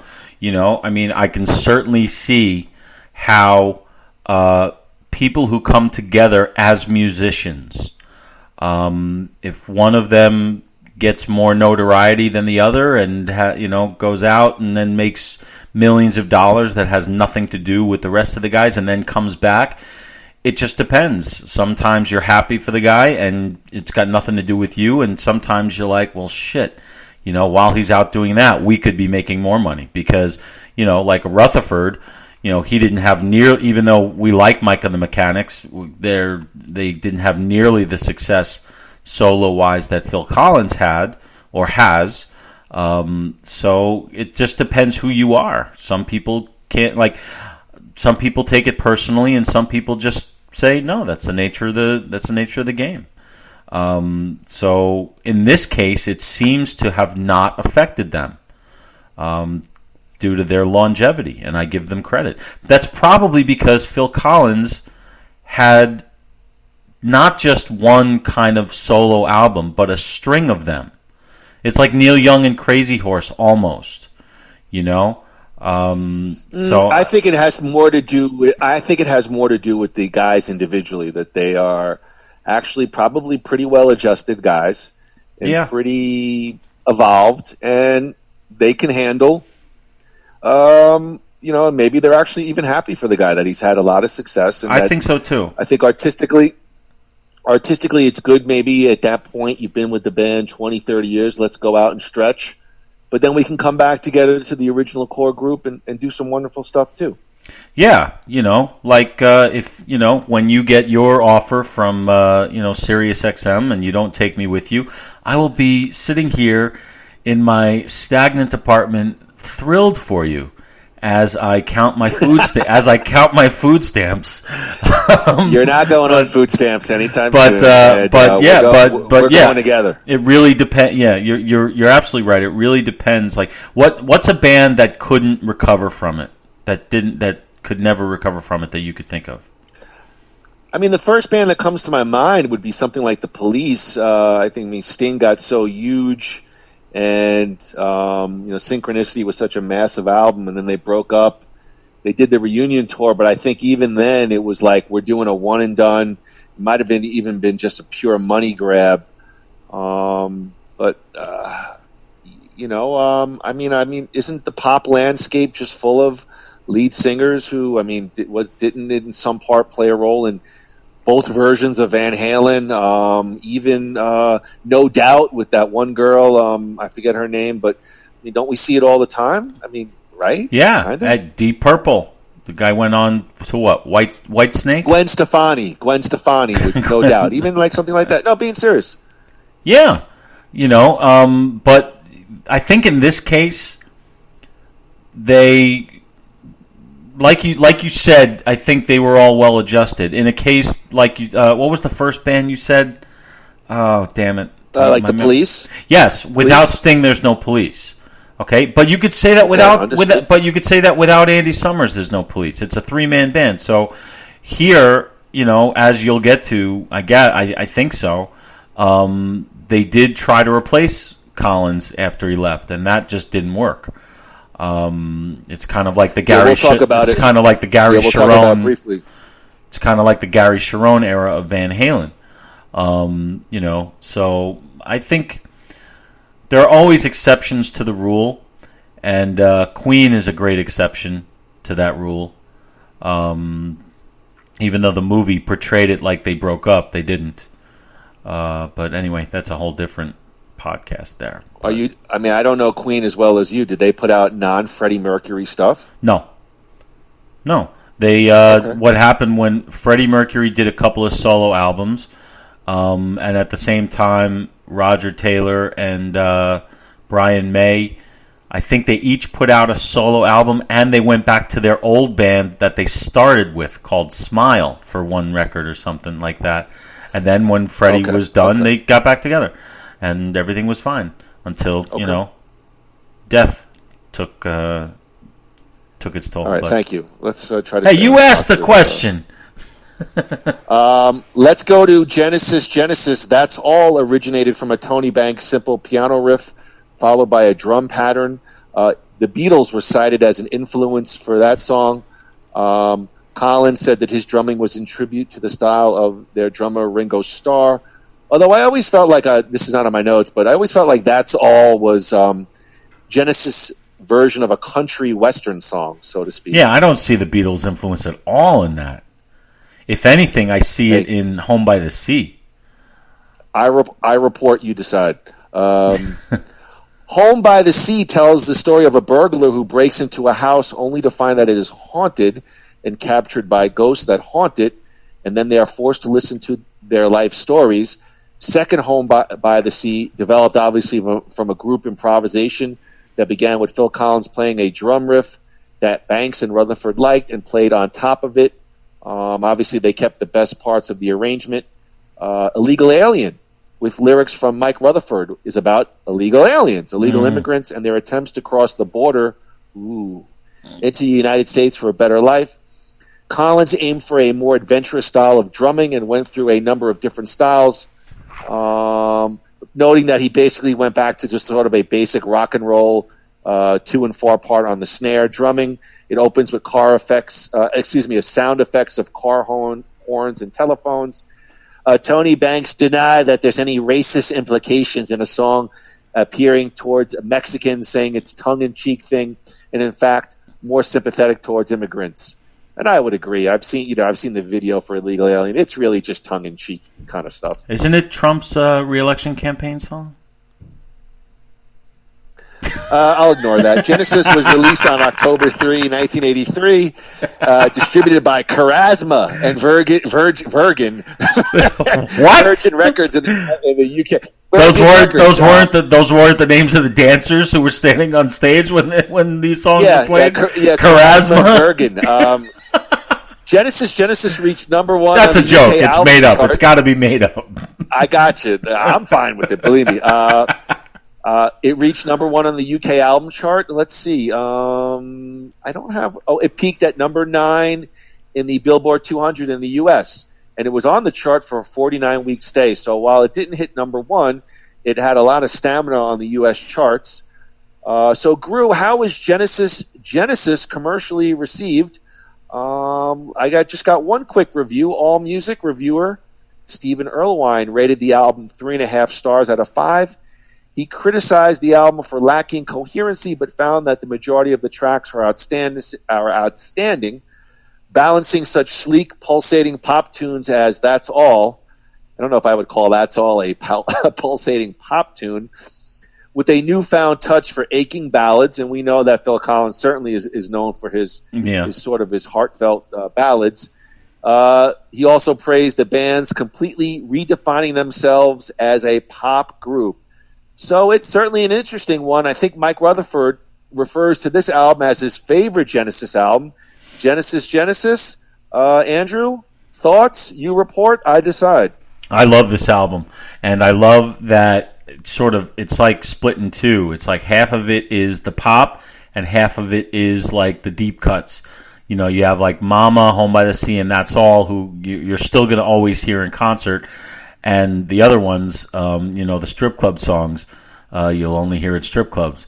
But I hear these reviews that you talk about, that you're saying, and they all say the same thing: a lack of consistency. But that's Genesis. Genesis doesn't make real concept albums. They write songs, and whatever's hitting them at the moment, that's what they put on. They don't look to tell a story from song 1 to song 10, and that's right. But don't you think that they're referring to Genesis still has a penchant, and I think it's almost more for that they feel. But every album, including Invisible Touch, there's a throwback track to sort of their earlier sound. Yes, and I like these that. Reviewers are saying, "Well, hold on, let me finish my point, please." Mm-hmm. Maybe the reviewers are saying, at this point, what's the point? Like, why do we have to have a 10-minute Second Home by the Sea to prove that that's sort of a throwback to the older artier rock sound of Genesis?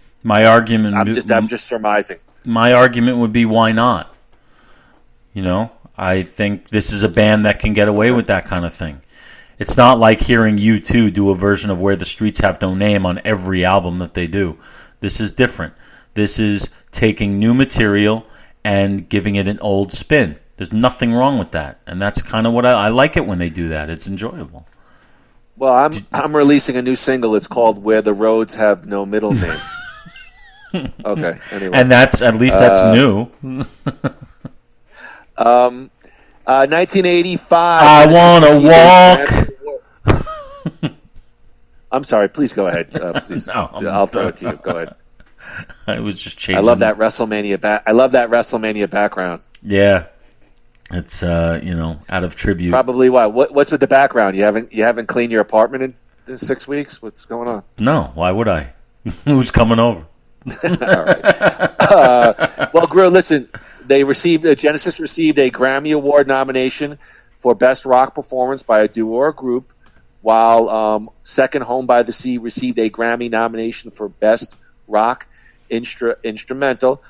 Excuse me. In February of '84, Genesis took a break in activity to allow each member to continue with their solo careers.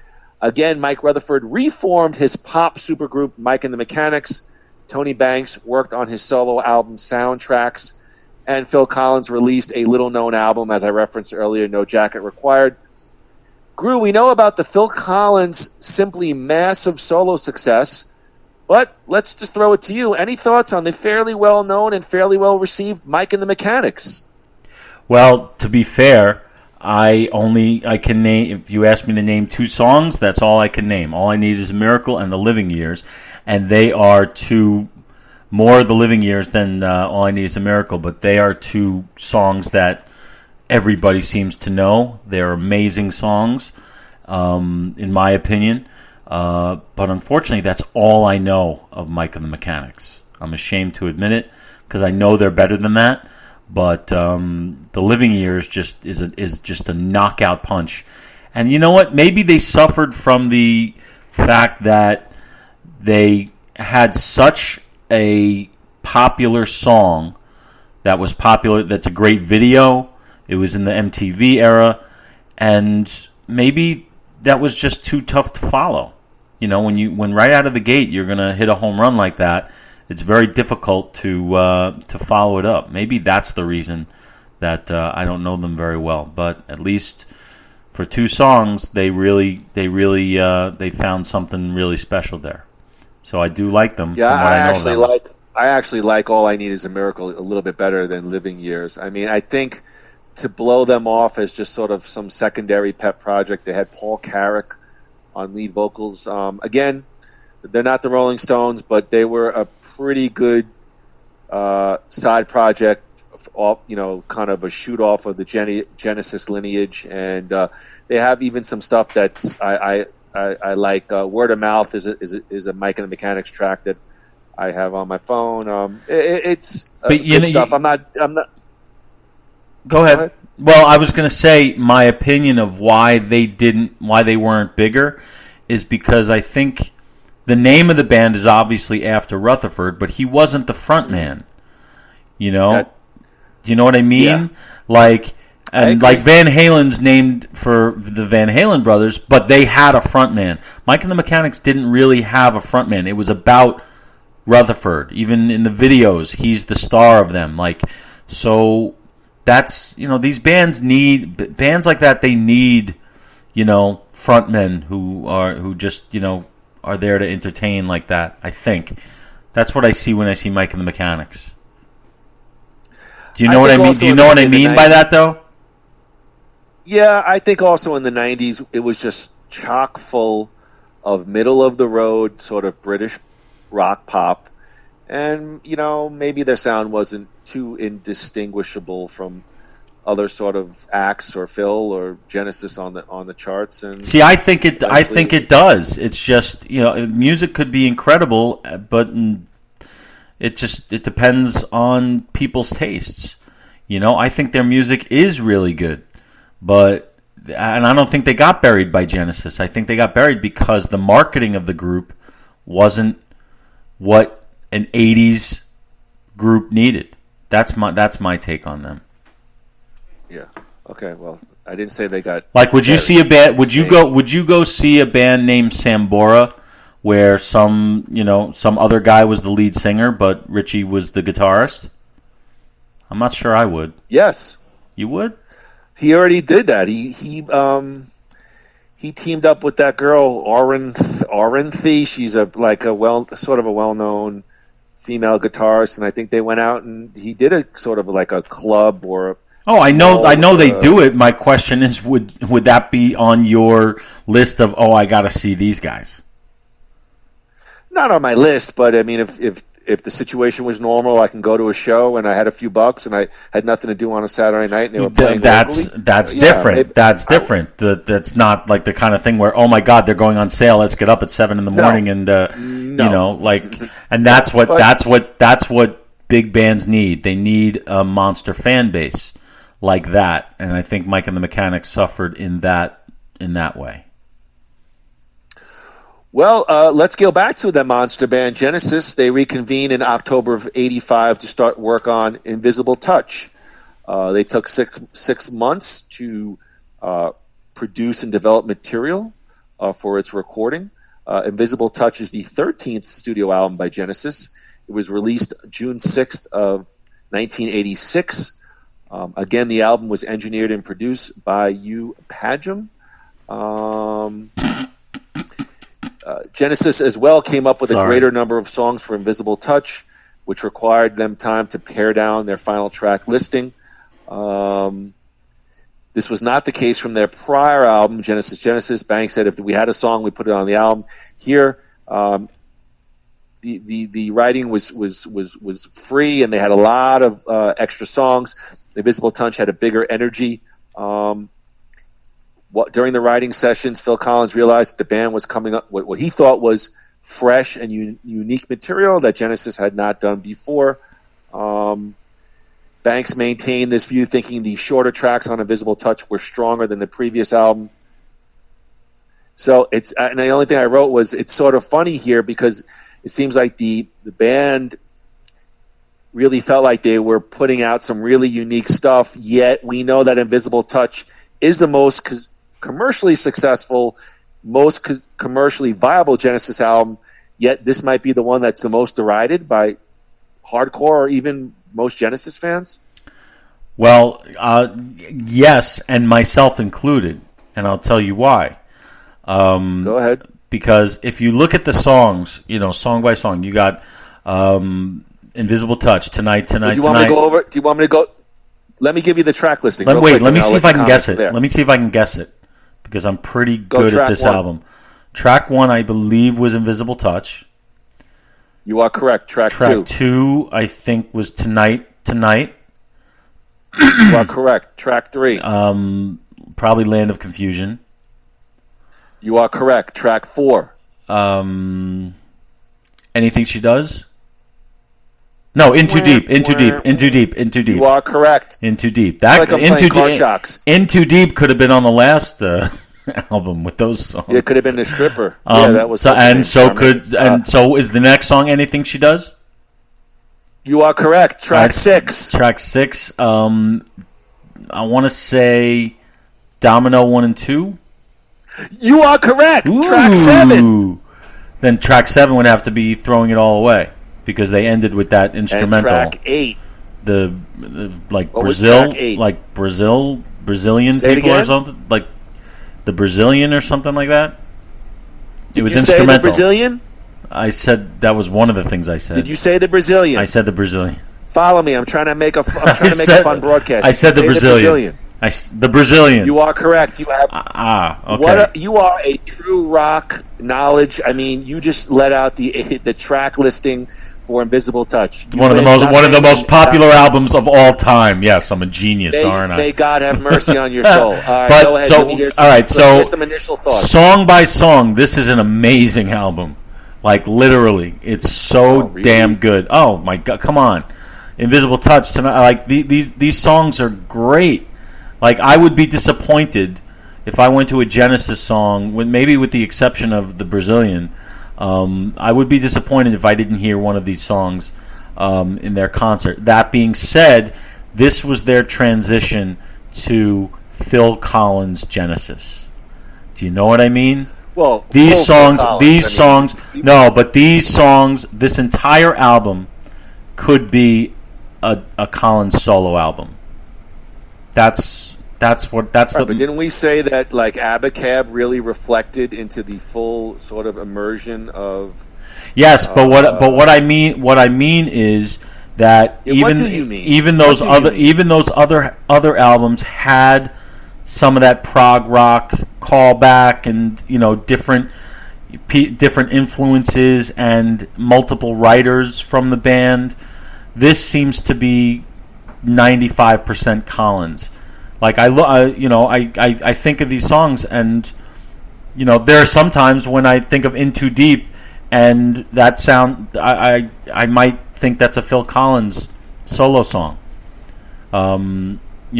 It's a great song, but this is not, to me, a real Genesis record. Dare I say? That's my only criticism of it.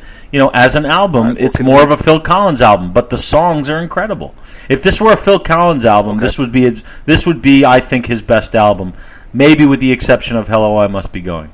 But this, so it's like on one hand it's incredible, on the other hand it's dismissive, however you say. You think that Invisible Touch as an album is better than Face Value? No way. No way. Okay. No way. Right. Stop it. I'd have to. I spent. I'm not even saying it could be better than No Jacket Required. I mean, I think No Jacket Required is a phenomenal album. But seriously, we're going to get to that to another time. But let me go over the tracks. Invisible Touch. Phil Collins said it's one of his favorite Genesis songs. It's a great pop song. It's a little bit of an R&B thing. It's like a Prince thing. He also compared his drumming on the. I'm reading you a Phil Collins quote. Can I please finish? What the fuck does he know? Now we got to do an explicit. Thanks, great. Now we got to go PG-13. He compared his drumming on the track to Sheila E., of whom he is a fan. The basis for Tonight came from Tony Banks, who had spent some time improvising with different sounds from his keyboard. Although I always think Tonight sounds like a really cool opening to a beer commercial. Yeah, I could see that. Land of Confusion. Lyrics were written by Mike Rutherford. They were the last set of lyrics written for the album. This is sort of Genesis's version of a protest song. I love that song. The lyrics for In Too Deep were written by Phil Collins after he was approached to write a song for the soundtrack of the movie Mona Lisa. What? Okay, that's a movie. That wasn't for that wasn't side two. That wasn't for Buster. That wasn't for Buster. I've never even seen that movie. I have. It's not bad. Inspiration for anything she does from pictures of scantily clad women that were placed all over the studio as they were recording. I think the video for Anything She Does has Benny Hill in it, so of course you get these scantily clad women. Nice. Benny Hill. Now, here's where I may disagree with you a little bit. Domino is a track. It's split into two sections. In the Glow of the Night and The Last Domino. I mean, certainly that's got to be a callback to old Genesis. Yeah, right there. You're right. Yeah, I kind of forgot about that one. I think maybe because they still kind of play that, but they play it I feel like they play it, when I've heard it, they play it, in a more current rock way. But maybe on the album, I have to listen to the album cuts again. But yeah, I think you're right on this one. Throwing It All Away, developed from a guitar riff from Mike Rutherford, who also wrote the lyrics. And of course, as you said, The Brazilian is an instrumental track. Collins recalled they were putting it together when the group was fooling around in the studio and experimenting what sounds could be programmed into his electronic Simmons drum kit. So, here's my notes, Groo. Depending on how you see it, the height of the Phil Collins era Genesis, or a deep plunge down the rabbit hole of popdom. I know you gave me your thoughts, but hey, I'm trying to keep everything paced. But Groo, hearing all the little bit of notes, thoughts on the Genesis Invisible Touch? I mean, what you just said is absolutely it. It's down the rabbit hole of popdom, yet song by song. It's you could take one of those songs and put it on any other album and it'd still be a great song. So it's, how do I say it? Using a Genesis term, the documentary that they made, it's less than the sum of its parts. No, Yes, the album is less than the sum of its parts. That's my. Okay. That's what I think about that album. Well, how was the album commercially? Huge, probably. Right? It was released in '86. The album spent 3 weeks at number 1 in the UK, released and it reached number 3 in the US. Invisible Touch was a huge commercial success, becoming the best-selling Genesis album of all time, selling over 6 million copies in the US alone.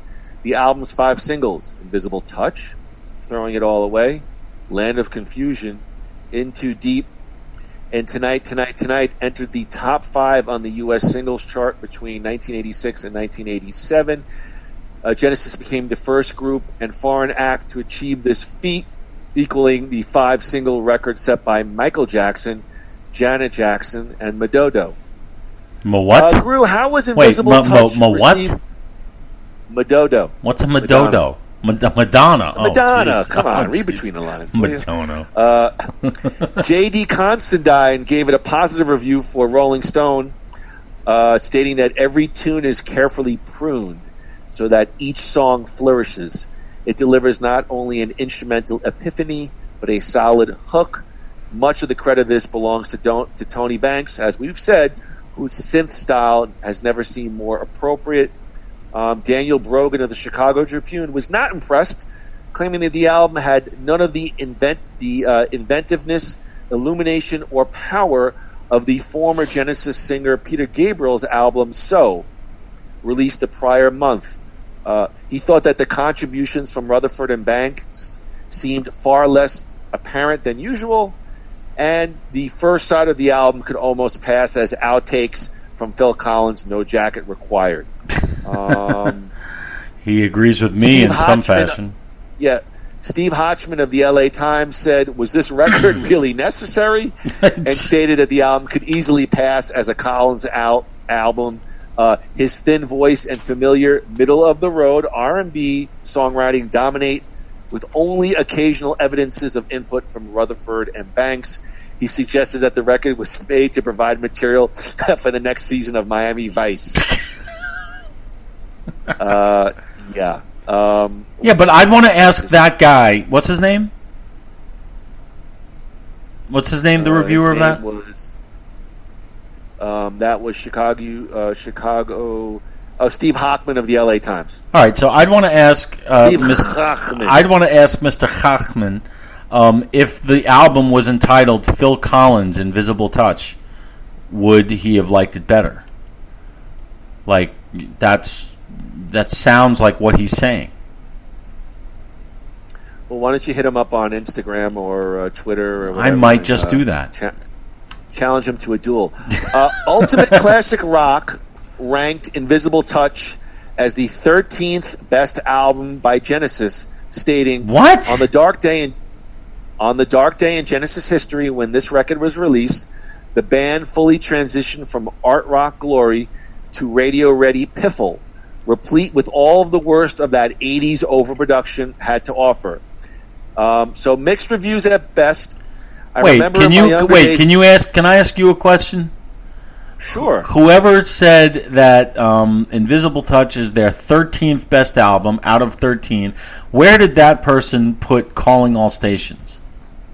I don't know. It was Ultimate Classic Rock. It was a sort of not a current review, but it was a retrospective review. So I thought it'd be interesting just to pop in there. Very interesting. It doesn't make any sense whatsoever, but it's very interesting. I mean, do you really think that Invisible Touch, come on, you're a smart guy. Do you really think that was going to be reviewed critically in the same breath as the earlier Genesis stuff? No, but it's not that. But you're really going to say it's their absolutely worst album? I mean, number one. I mean, it was. Look, we all know that the most popular albums are usually not the most critically favored, but yet still, Thriller might not be Michael Jackson's best album, but it's certainly not his worst. So I just don't understand. I don't understand how you could take some great songs like that and say that they're part of the worst album from this particular band. That makes no sense to me. But you know my opinion of ultimate classic rock. We talked about that off the air. Is it garbage? Well, remember we were talking about like Eddie Trunk and those guys, and they have a lot of clickbait headlines. I like it'll Eddie be like, Trunk. Yeah, it'll be like it'll come up on my news feed. It'll be like Van Halen singer makes stunning revelation about personal life. Then I'll go and it'll be like Gary Sharon fathered a son with former they just want me to click on it because it's something about my favorite band, and then it's going to be something that really means nothing as far as the band goes. So it's like Ultimate Classic Rock does a lot of that. So and this sort of clinches it. Like, it does not make sense. But hey, everybody's got an opinion, and that's fine. I just don't see it. Invisible Touch Tour was the band's largest world tour in history. Included 112 dates from September of '86 to July of '97. They had the tour concluded with 4 consecutive sold-out shows at Wembley Stadium in London. The shows were released in 1988 as part of the CD or DVD or movie, The Invisible Touch Tour. Groo, fast forward to 1991, Genesis recorded their 14th album, We Can't Dance, their last album of original material featuring one Phil Collins. Production began after a 4-year period of inactivity from the group, following the commercial success of Invisible Touch and its tour. The band took advantage of the increased capacity of the CD, releasing over 71 minutes of new music across 12 tracks. Let's see here. Genesis recorded We Can't Dance from March to September of '91 at the Farm, their private recording studio. Again, Genesis originally considered releasing a double album, but realized that they had additional capacity on the CD, that they could present most of their stuff in a clear, coherent pattern. As with Genesis and Invisible Touch, none of the material on We Can't Dance was conceived beforehand. The band just developed songs through lengthy improvisational jams in the studio. And this was actually a deciding factor for Phil Collins to remain in the band, as he enjoyed, riding with Banks and Rutherford, enjoyed jamming with them. And let's see here. For this recording, they enlisted 28-year-old Nick Davis as co-producer and engineer, who had previously worked with Tony Banks and Mike Rutherford on their solo projects. This ended their association with Hugh Padgham, which had begun with 1981's Abacab. Hugh Padgham went on to work at Pure Platinum as a DJ. Yes, and a very successful one. We've both been there, and I have not. Wow, the Saturday. Listen, their Saturday night music mixes are just really phenomenal. Hey, the lunch buffet. You know what? I went to Pure Platinum really for the steak and the musical mixes. I went for the fried oysters. They were really good. Yeah. Well, now I just lost my. All right, let's go to the track listing on We Can't Dance. Can I try this one? Go ahead. Because I wrote down some that I remembered. All right, let me try. Track 1, definitely No Son of Mine. Correct. Track 2 is definitely the Jesus Knows Me. That's correct. Track 3. Track 3, I remember this. My favorite song from the album, Driving the Last Spike. You are correct. 4. I want to say I Can't Dance. Correct. 5. Then I remember Never a Time came right after I Can't Dance. Are you cheating? That's a tough one. No, I remember it came. This is my favorite. I didn't say it yet. This is my favorite Genesis album. All right, but is somebody in your earpiece like no some guy in Cincinnati? No, after we played the game on the last album, I wrote down the 12 songs that are on this album, and I tried to get the order right. So I'm reading from all right, let's go. I'll do it live. Track 6, go. Track 6, I put Dreaming While You Sleep. Oh my God! Is that right? Track 7. I'm not. I'm going off my list that I came from in here. Track 7, Living Forever. You are incorrect. Incorrect. Tell me why. Track 7 is. Track 7 is Tell Me. You walked right into that one. Yes. Tell me why. Tell me why. And then track 8 is Living Forever. Yes. Track 9 is After Living Forever was definitely Hold On My Heart. The last three are tough. The last three are tough. I know the three of them. It's I want to say Way of the World, Fading Lights, Since I Lost You. Is that right? Flip flop, Since I Lost You, and Fading Lights. And you okay, so they end with fade. All right, so I was close, but yeah, those are. This is a great album. This is a great album. Okay, let's see here. Several songs deal with more serious and social issues on We Can't Dance. No Son of Mine tackles the subject of domestic abuse of a 15-year-old boy, which originated with Collins repeating the phrase no son of mine as a dummy lyric during writing sessions. Dreaming While You Sleep concerns a hit-and-run driver and his guilt after failing to stop at the scene of an accident. The 10-minute Driving the Last Spike is a 19th century about the Irish navies who helped build the railways in the UK. The other long track, Fading Lights, came out from a group improvisation. That's probably my favorite album cut on this song is Fading Lights. Since I Lost You, of course, was written by Phil Collins for his friend Eric Clapton, whose 4-year-old son Connor died after falling from a 53rd story window of his mother's friend's New York City apartment. Let's see here. Let's see. Tell Me Why criticizes the Gulf War and the plight of the Kurdish people in its aftermath. However, Groo, there was some shorter and lighter songs.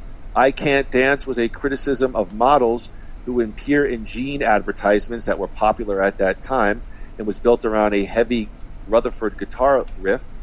Jesus He Knows Me, of course, was a barbed parody of the televangelist movement in the U.S., which the band members had seen while touring all over the United States. Living Forever deals with the cynical view of society's obsession with the modern diets and lifestyles. We Can't Dance was released October 28th of 1991 by Atlantic Records in the U.S. The album was a success in the charts, going to number one in the UK. Let's see here. I don't have where it ended up in the U.S., although I do have that in the United States. Okay. Oh, no. Here we go. We Can't Dance debuted on the U.S. Billboard 200 at number 4, and it peaked. It stayed at its peak, number 4 for 1 week, although it had a 72-week stay on the chart. So again, a lot of stamina with the album. The album also spawned several hit singles, including No Son of Mine, Hold On My Heart, I Can't Dance, and Jesus He Knows Me, the latter two supported by humorous videos. We Can't Dance was certified quadruple platinum by the Recording Industry Association of America for over 4 million copies sold. So I'll throw it to you. We can go into how We Can't Dance was critically received, but you mentioned that We Can't Dance is your favorite Genesis album, so please pontificate. The floor is yours. Yeah, this number one, it got a huge amount of both radio and MTV airplay. Huge Paradigm, whatever that guy's name was. And these songs, I make fun of it because it's like it kind of took on the Phil Collins like Save the World, Another Day in Paradise kind of vibe, but they just work. No Son of Mine is amazing to me. The music on that is just like what Rutherford does, and like you could visualize the guys playing their instruments in that song, and the story it tells is just fantastic. I like Jesus He Knows Me. It's a fun song, not terribly deep. Driving the Last Spike is actually my favorite Genesis song besides Turning On Again. I find this song to be incredibly just devastating. I Can't Dance is a blast. Great video for that one too. Never a Time is Fun. These songs, I'm just thinking about them, and every single one of them resonates with me.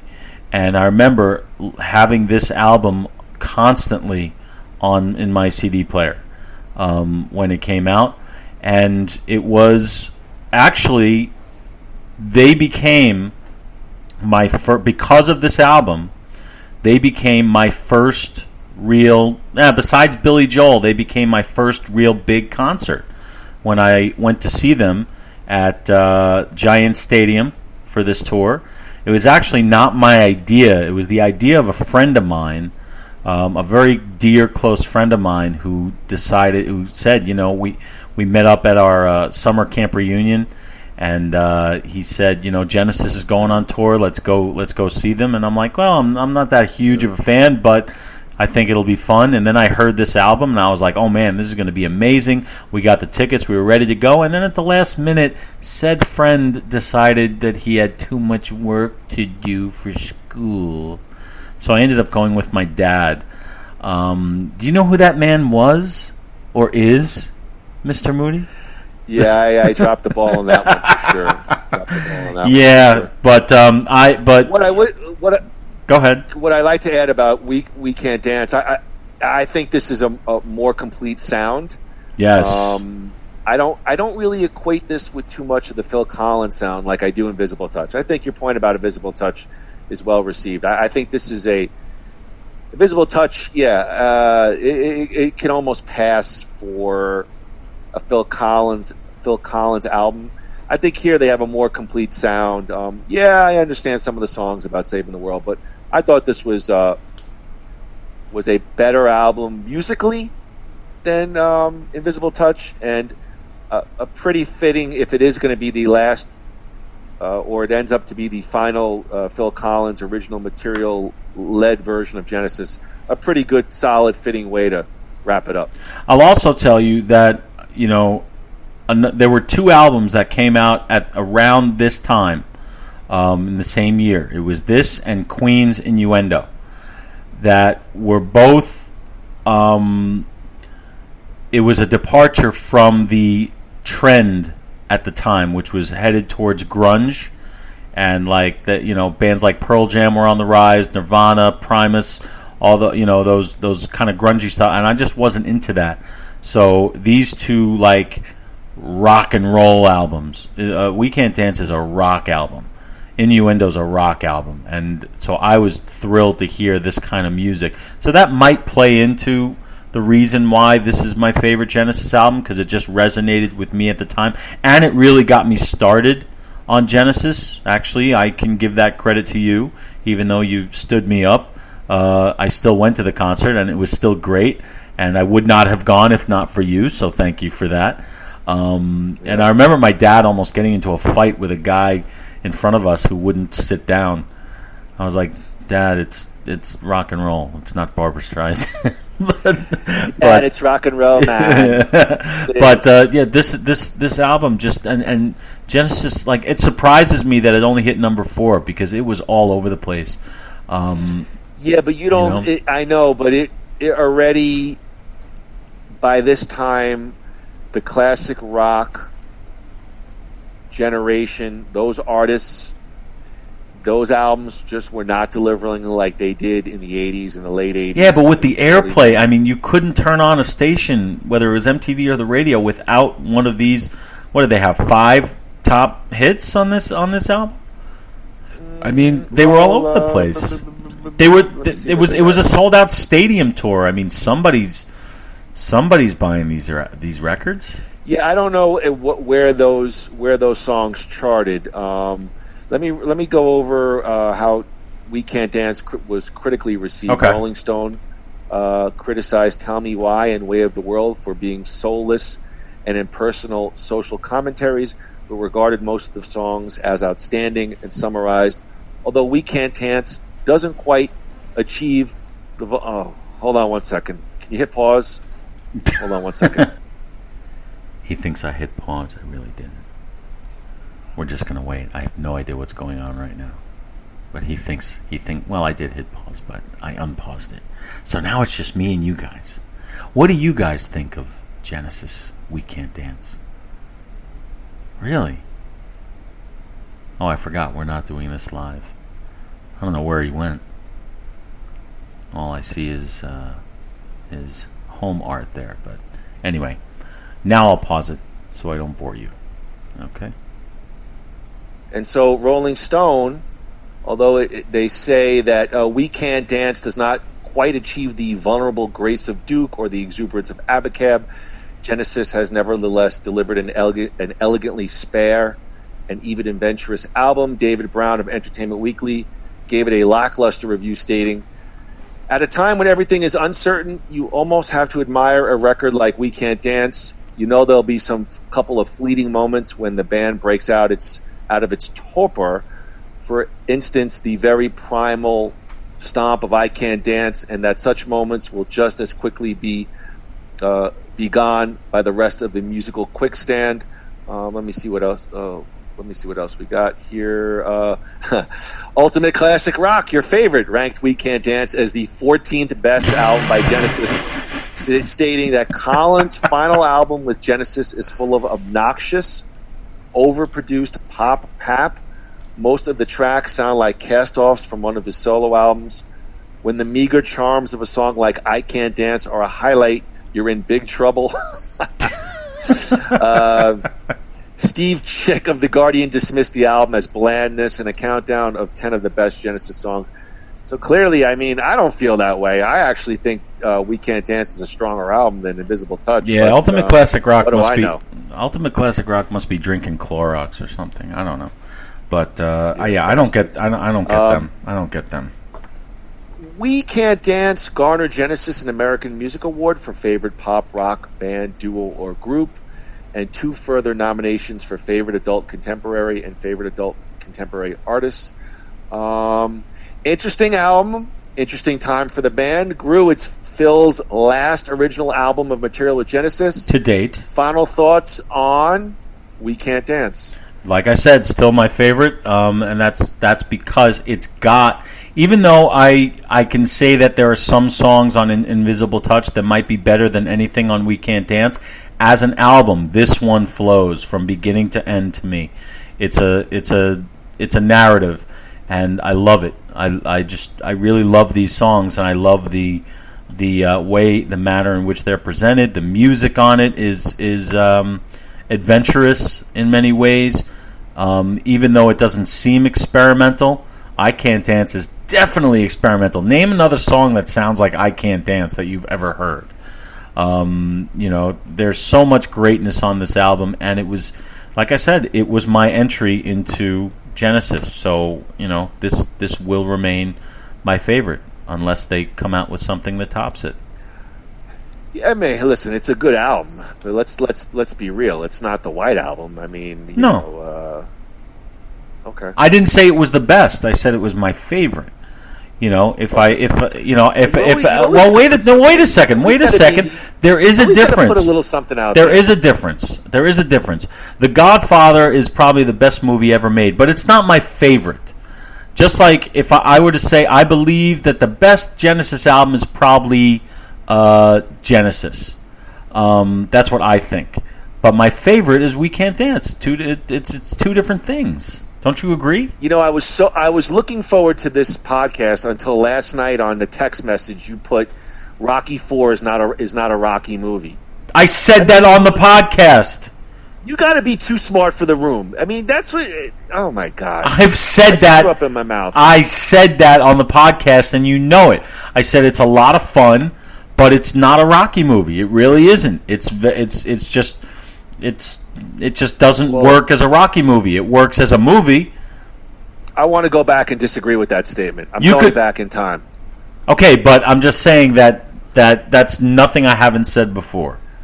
All right, fine. All right. Well, let's talk about the tour. How would you know about the tour? That's true. I messed up. I screwed the pooch on that one. I messed up. I messed up bad on that one. 68 dates across the U.S. How many years has it been? And I still haven't let you live it down. Yeah, I know. Again, they were joined by Chester Thompson on drums and Daryl Sturmer on bass and lead guitars. It marked the band's 25th anniversary. It featured a very cool 20-minute medley of their older material recorded in the 70s. For the first time since 78, the set list did not include In the Cage from The Lamb Lies Down on Broadway. Phil Collins sang with an in-ear monitoring system, which he credited to singing more in tune and more effortlessly than he had done before. He always felt like he was fighting with the band sound. This helped also have him worry less about the condition of his voice each and every day. Recordings from several dates were released on 2 live albums, The Way We Walk, Volume 1, The Shorts, and The Way We Walk, Volume 2, The Longs. Groo, you were there live, and yes, I was not. I really enjoyed The Way We Walk, Volume 1 and 2. Final thoughts on the We Can't Dance tour, the album, The Way We Walk, the 2 live albums? The album, the live album and the live, they also put out DVDs of it. Good stuff. It perfectly captures what it was like to be there. And the spirit of the songs that they played, it's great stuff. To me, it's them at their peak. That's their apex. To me, they're playing Giant Stadium and they're pumping out these songs. The crowd's going crazy, and just it was a great time to be a Genesis fan. Just like 1993 was a great time to be a Billy Joel fan. Little did we know that was it. Right, but you don't think. You don't think Invisible Touch was, in terms of just, in terms of placement on the pop charts and their overall massive appeal, Invisible, you think?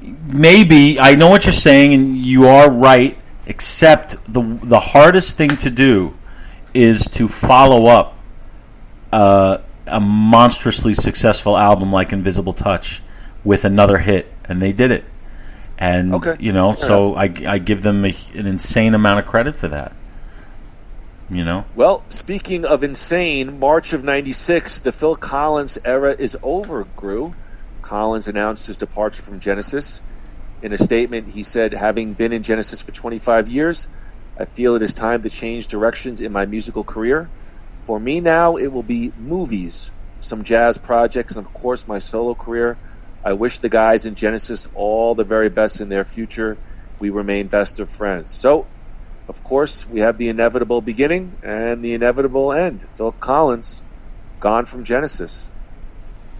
Well, it produced an album that I've never heard, Calling All Stations. I know the name, and that's pretty much all I know of it. I couldn't even name the lead singer who took over, because by that point, they had been, it had been Genesis not Genesis with Phil Collins. It was Genesis for how many years was it? It was 75, 76 when Gabriel left. So you're talking about 20 years. Okay, so you don't leave after 20 years, then just stick somebody else in and expect it to work. And by then they became Journey with an impersonator. But fortunately, it wouldn't last very long. Scottish singer Ray Wilson of Stiltskin was announced as the new Genesis singer in June of 97, as Genesis with Ray Wilson released Calling All Stations. We'll possibly touch upon that in more detail at another time. So let's fast forward to 1998. In 1998, Tony Banks, Phil Collins, Peter Gabriel, Steve Hackett gathered for a photo session and dinner to celebrate the release of their 4-box set, Genesis Archives 1967-75. The set features Supper's Ready and It with new overdubs by Gabriel and Hackett. Here's where they first sat down together in quite a while, in 99. I do remember this. Banks, Collins, Rutherford, Hackett, and Gabriel released a new version of the Carpet Crawlers for the compilation album Turn It On Again, The Hits. September 2000, the Collins, Banks, Rutherford trio of Genesis reunited for the Music Managers Forum in honor of their manager, Tony Smith. Peter Gabriel attended the ceremony but chose not to perform. Genesis briefly performed again at Peter Gabriel's wedding in 2002. And in 2004, Genesis released Platinum Collection, a 3-box set of songs covering the band's career that reached number 21 in the UK. In a press conference held in London in November of 2006, Banks, Rutherford, and Collins announced their reunion for the Turn It On Again tour, their first with Collins in 14 years. They revealed their initial plan of touring The Lamb Lies Down on Broadway with Gabriel and Hackett. The five met in Glasgow in November 2004 to discuss the idea further, but it never developed further as Gabriel was unable to commit due to other projects. So here they pivot. They go back to the trio. They come back with Chester Thompson and Daryl Sturmer, who returned on drums and guitar respectively. And in March 2007, a press conference was held in New York to announce the North American leg. I think, Groo, that you referenced that you saw the Turn It On Again, the 2007 tour for Genesis. Yeah. Any expectations for seeing them live all those years later, and did they deliver?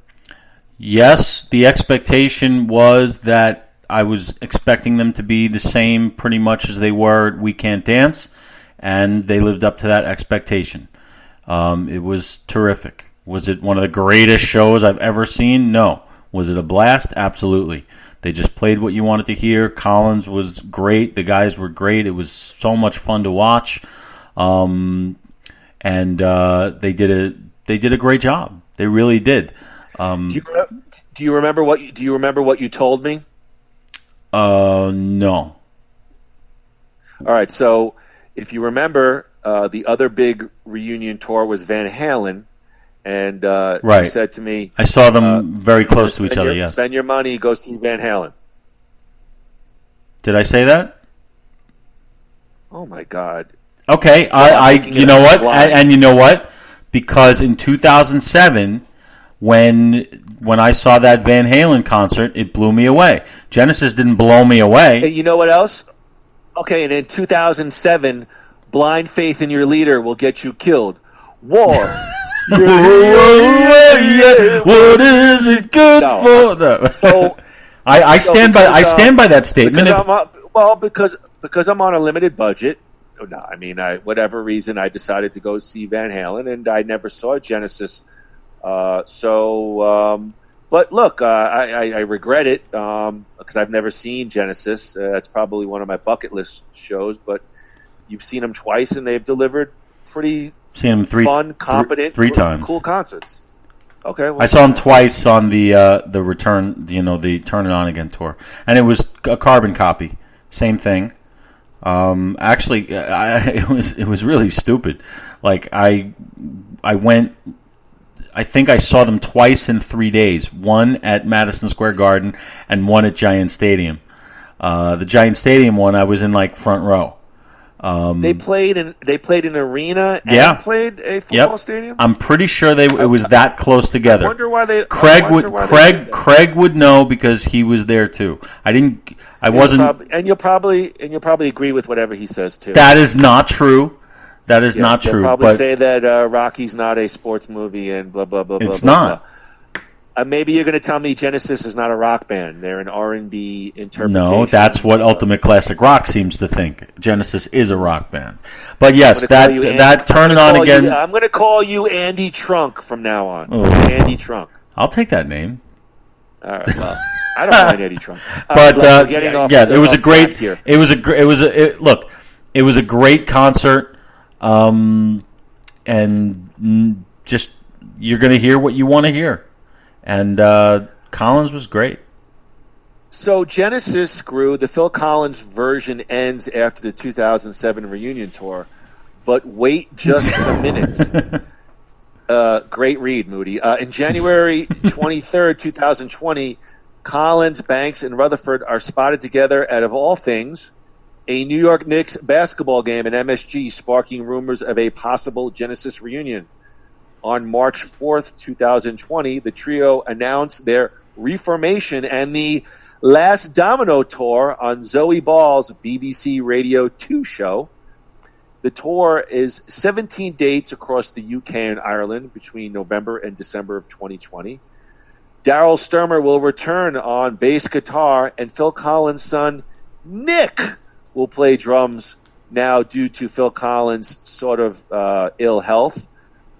When asked about the possibility of the group heading into the studio and writing new material, Phil Collins said the chances were slim, but finished by saying, never say never. Is he joining the WWE? So, Groo, I'm going to assume that COVID-19 has put the temporary kibosh on the Genesis reunion tour.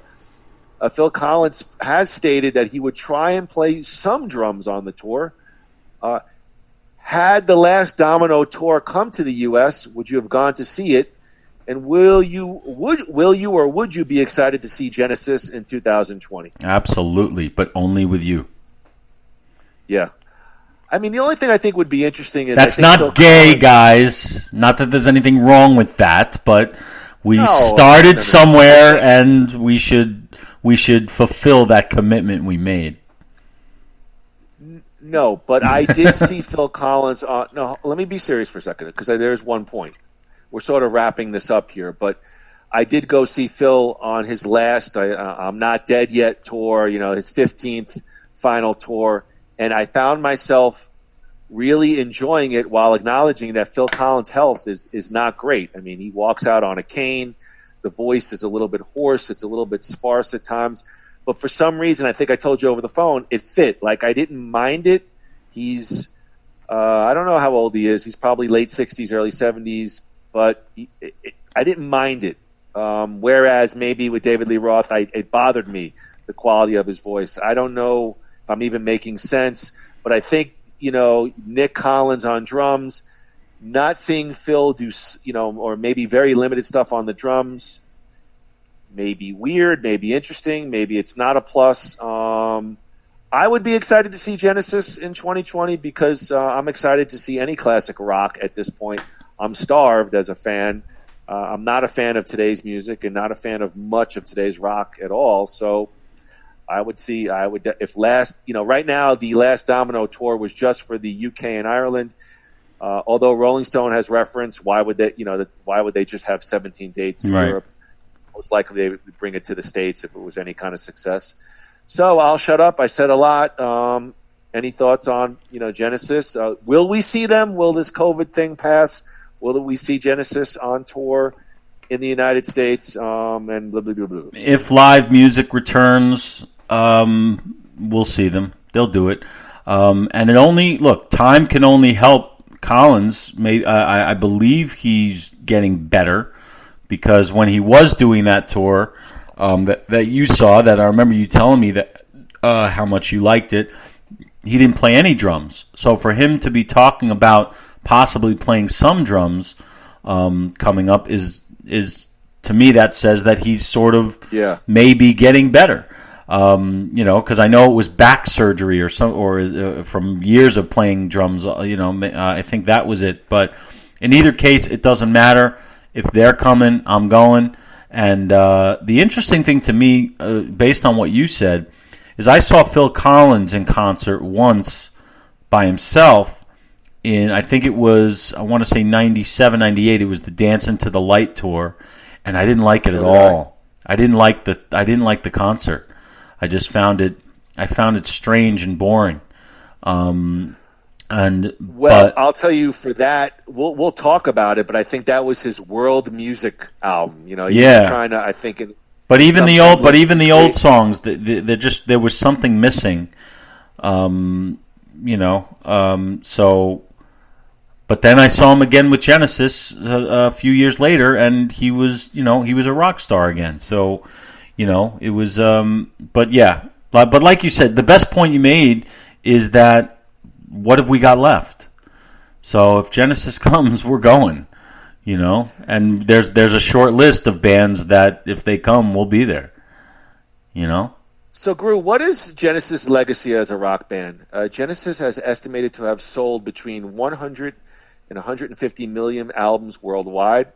Their total certified album sales include 21.5 million records alone in the U.S., 7.2 million in the UK, and 5.6 million in Germany, 3.4 million in France. Genesis has been awarded with 11 gold and 4 multi-platinum albums in the UK, while in the US they have 7 gold, 2 platinum, and 4 multi-platinum albums.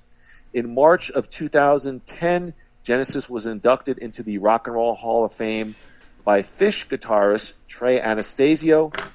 Phish played 2 Genesis songs at the Rock and Roll Hall of Fame, the Peter Gabriel-led Watcher of the Skies, and interestingly enough, the Phil Collins-led No Reply at All, neither of which had been played by the band before. And let's see here. The band has received 2 Grammy Awards, issued the short-lived Best Concept Music Video category for Land of Confusion. Genesis was honored at the second VH1 Rock Honors in May 2007, which featured Banks, Rutherford, and Collins.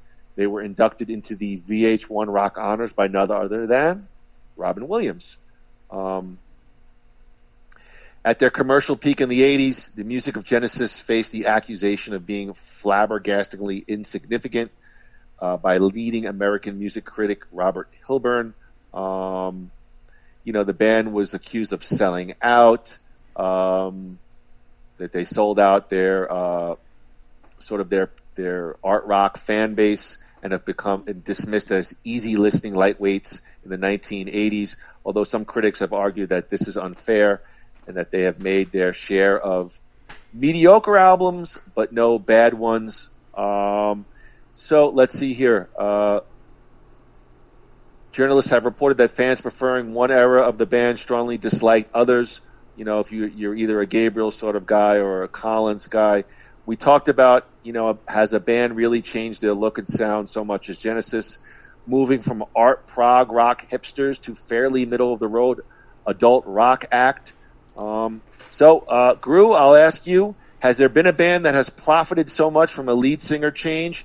And final thoughts as we wrap up Genesis, the Phil Collins era. The answer is no. Genesis is the Energizer Bunny. They have never failed. If you put Calling All Stations aside, they have always hit, no matter what. If the guy thinks they sold out, yes, they sold out, but they also sold out their concerts. So that's baseless. If they had continued that prog rock Gabriel type, they would have been criticized for beating a dead horse.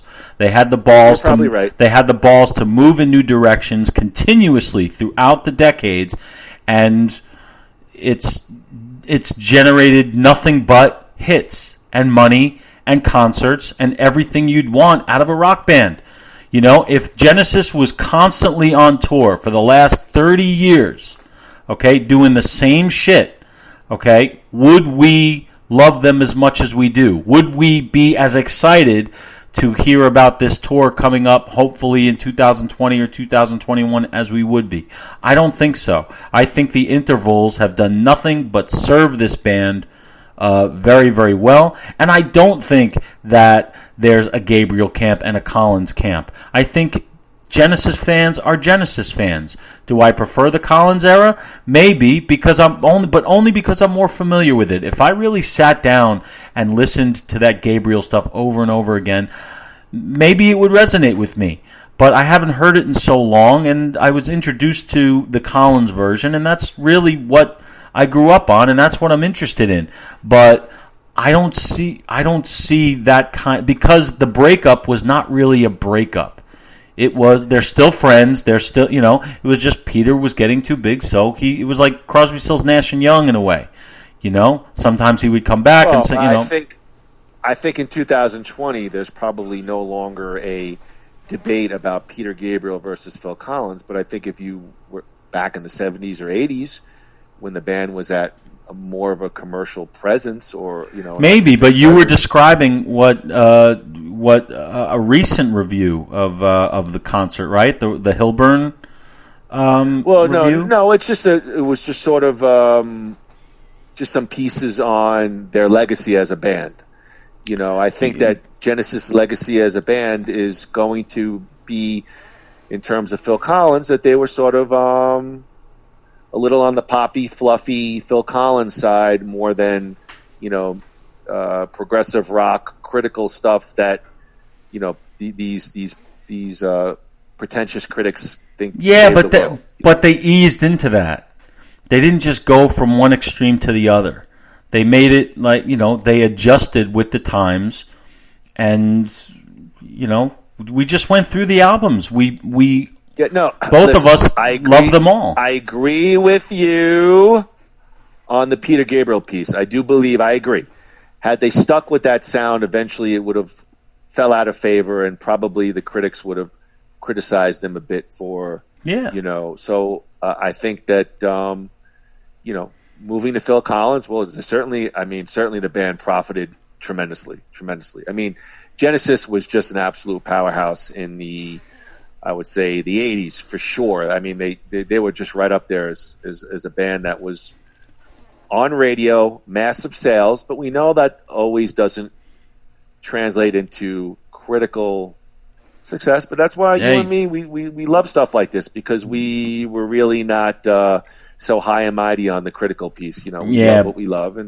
But when you talk about legacy, the legacy is what you can see. And just to give you an example, I was screwing around on YouTube the other night, and in between Rebecca Sleva and Mati, that's the only name that she ever gave. Wait, what? Oh no! Oh, sorry. Anyway, I was screwing around on YouTube last night, and I pulled up a song, Phil Collins doing "Against All Odds" from this last tour where he was sitting down, and it was good, not great. His voice can't hit those high notes anymore, but that stadium was sold out, and I'm like, this group and these fans. And this group and their fans have a relationship that people are going to come see them. They'll come see them if they're sitting in their coffins. That's what struck me is even in 2007 when rock and roll was pretty much dead, they're still selling out Giant Stadium. And even though that was 13 years ago, we're talking 2021 now, and 2020, and Phil Collins himself on a cane sitting in a grandfather chair with a glass of water on a nightstand beside him is singing Against All Odds and selling out Wembley Stadium. That's their legacy, even though that's Phil Collins, not Genesis. If it was Genesis, it'd be even bigger. That's their legacy. So their legacy is safe no matter what happens. If they never play another note together, their legacy will be one of the biggest touring bands of all time. That's their legacy. I need a tissue. I'm crying right now. You are. I can see. My country tis of thee, sweet land of... Well, speaking of legacy, Andrew, we're going to continue the Genesis-themed podcast, because next week, guess what we're going to be talking about? You know what? I was just going to ask you, Evan, what are we going to be talking about next week? Well, Andrew, we're going to stay in the Genesis family, and we're going to move to... Are we talking about the Bible? No, we're going to talk about Phil Collins' solo. Ooh, I like that. So, Andrew... How can I just let you walk away? Just let you leave without a trace? Probably a lot of overlapping stuff, but off the top of your head, thoughts on Phil Collins as a solo artist next week? Well, like I said, album-wise, great stuff. All of his solo albums, really, except maybe Dancing to the Light. But Dancing to the Light does have some winners on it, and we'll definitely go over that. But all of his other solo stuff has been great. But the one live experience I had with him wasn't so great. Yours seemed to have been better, which is ironic because you saw him recently, and I saw him when he was still... Well, not only that, probably his my favorite was I think 07 or 08. He did his first I'm Not Dead. Yeah. And that was just... he was still in full power. Did you go see that? Yeah, I saw him in Florida.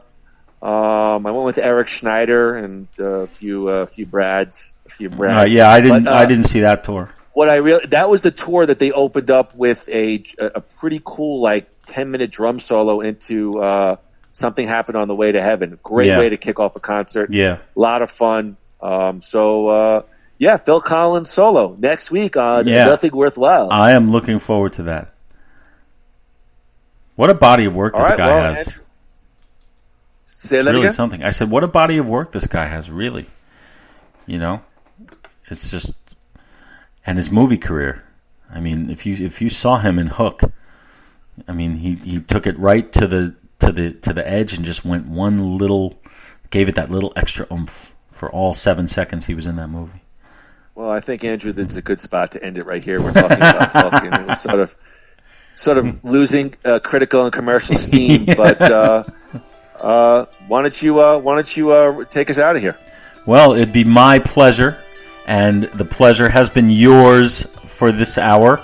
Or actually, let's see, we've been on for almost 2.5 hours. Wow. Oh, Lord. As all Mr. Right. Gabriel predicted in our opening message. But yes, we will see you next week on Nothing Worthwhile with Moody and Groo as we talk about the life and career of one Philip Collins from the UK. And until then, this is Groo, and that is... Who are you? Moody. Yeah, all right, great. Moody? All right. Whatever, yeah, all right, and as we go out, we want to send from us to you a 1, 2, 3.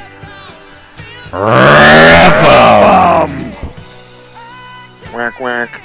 Nothing.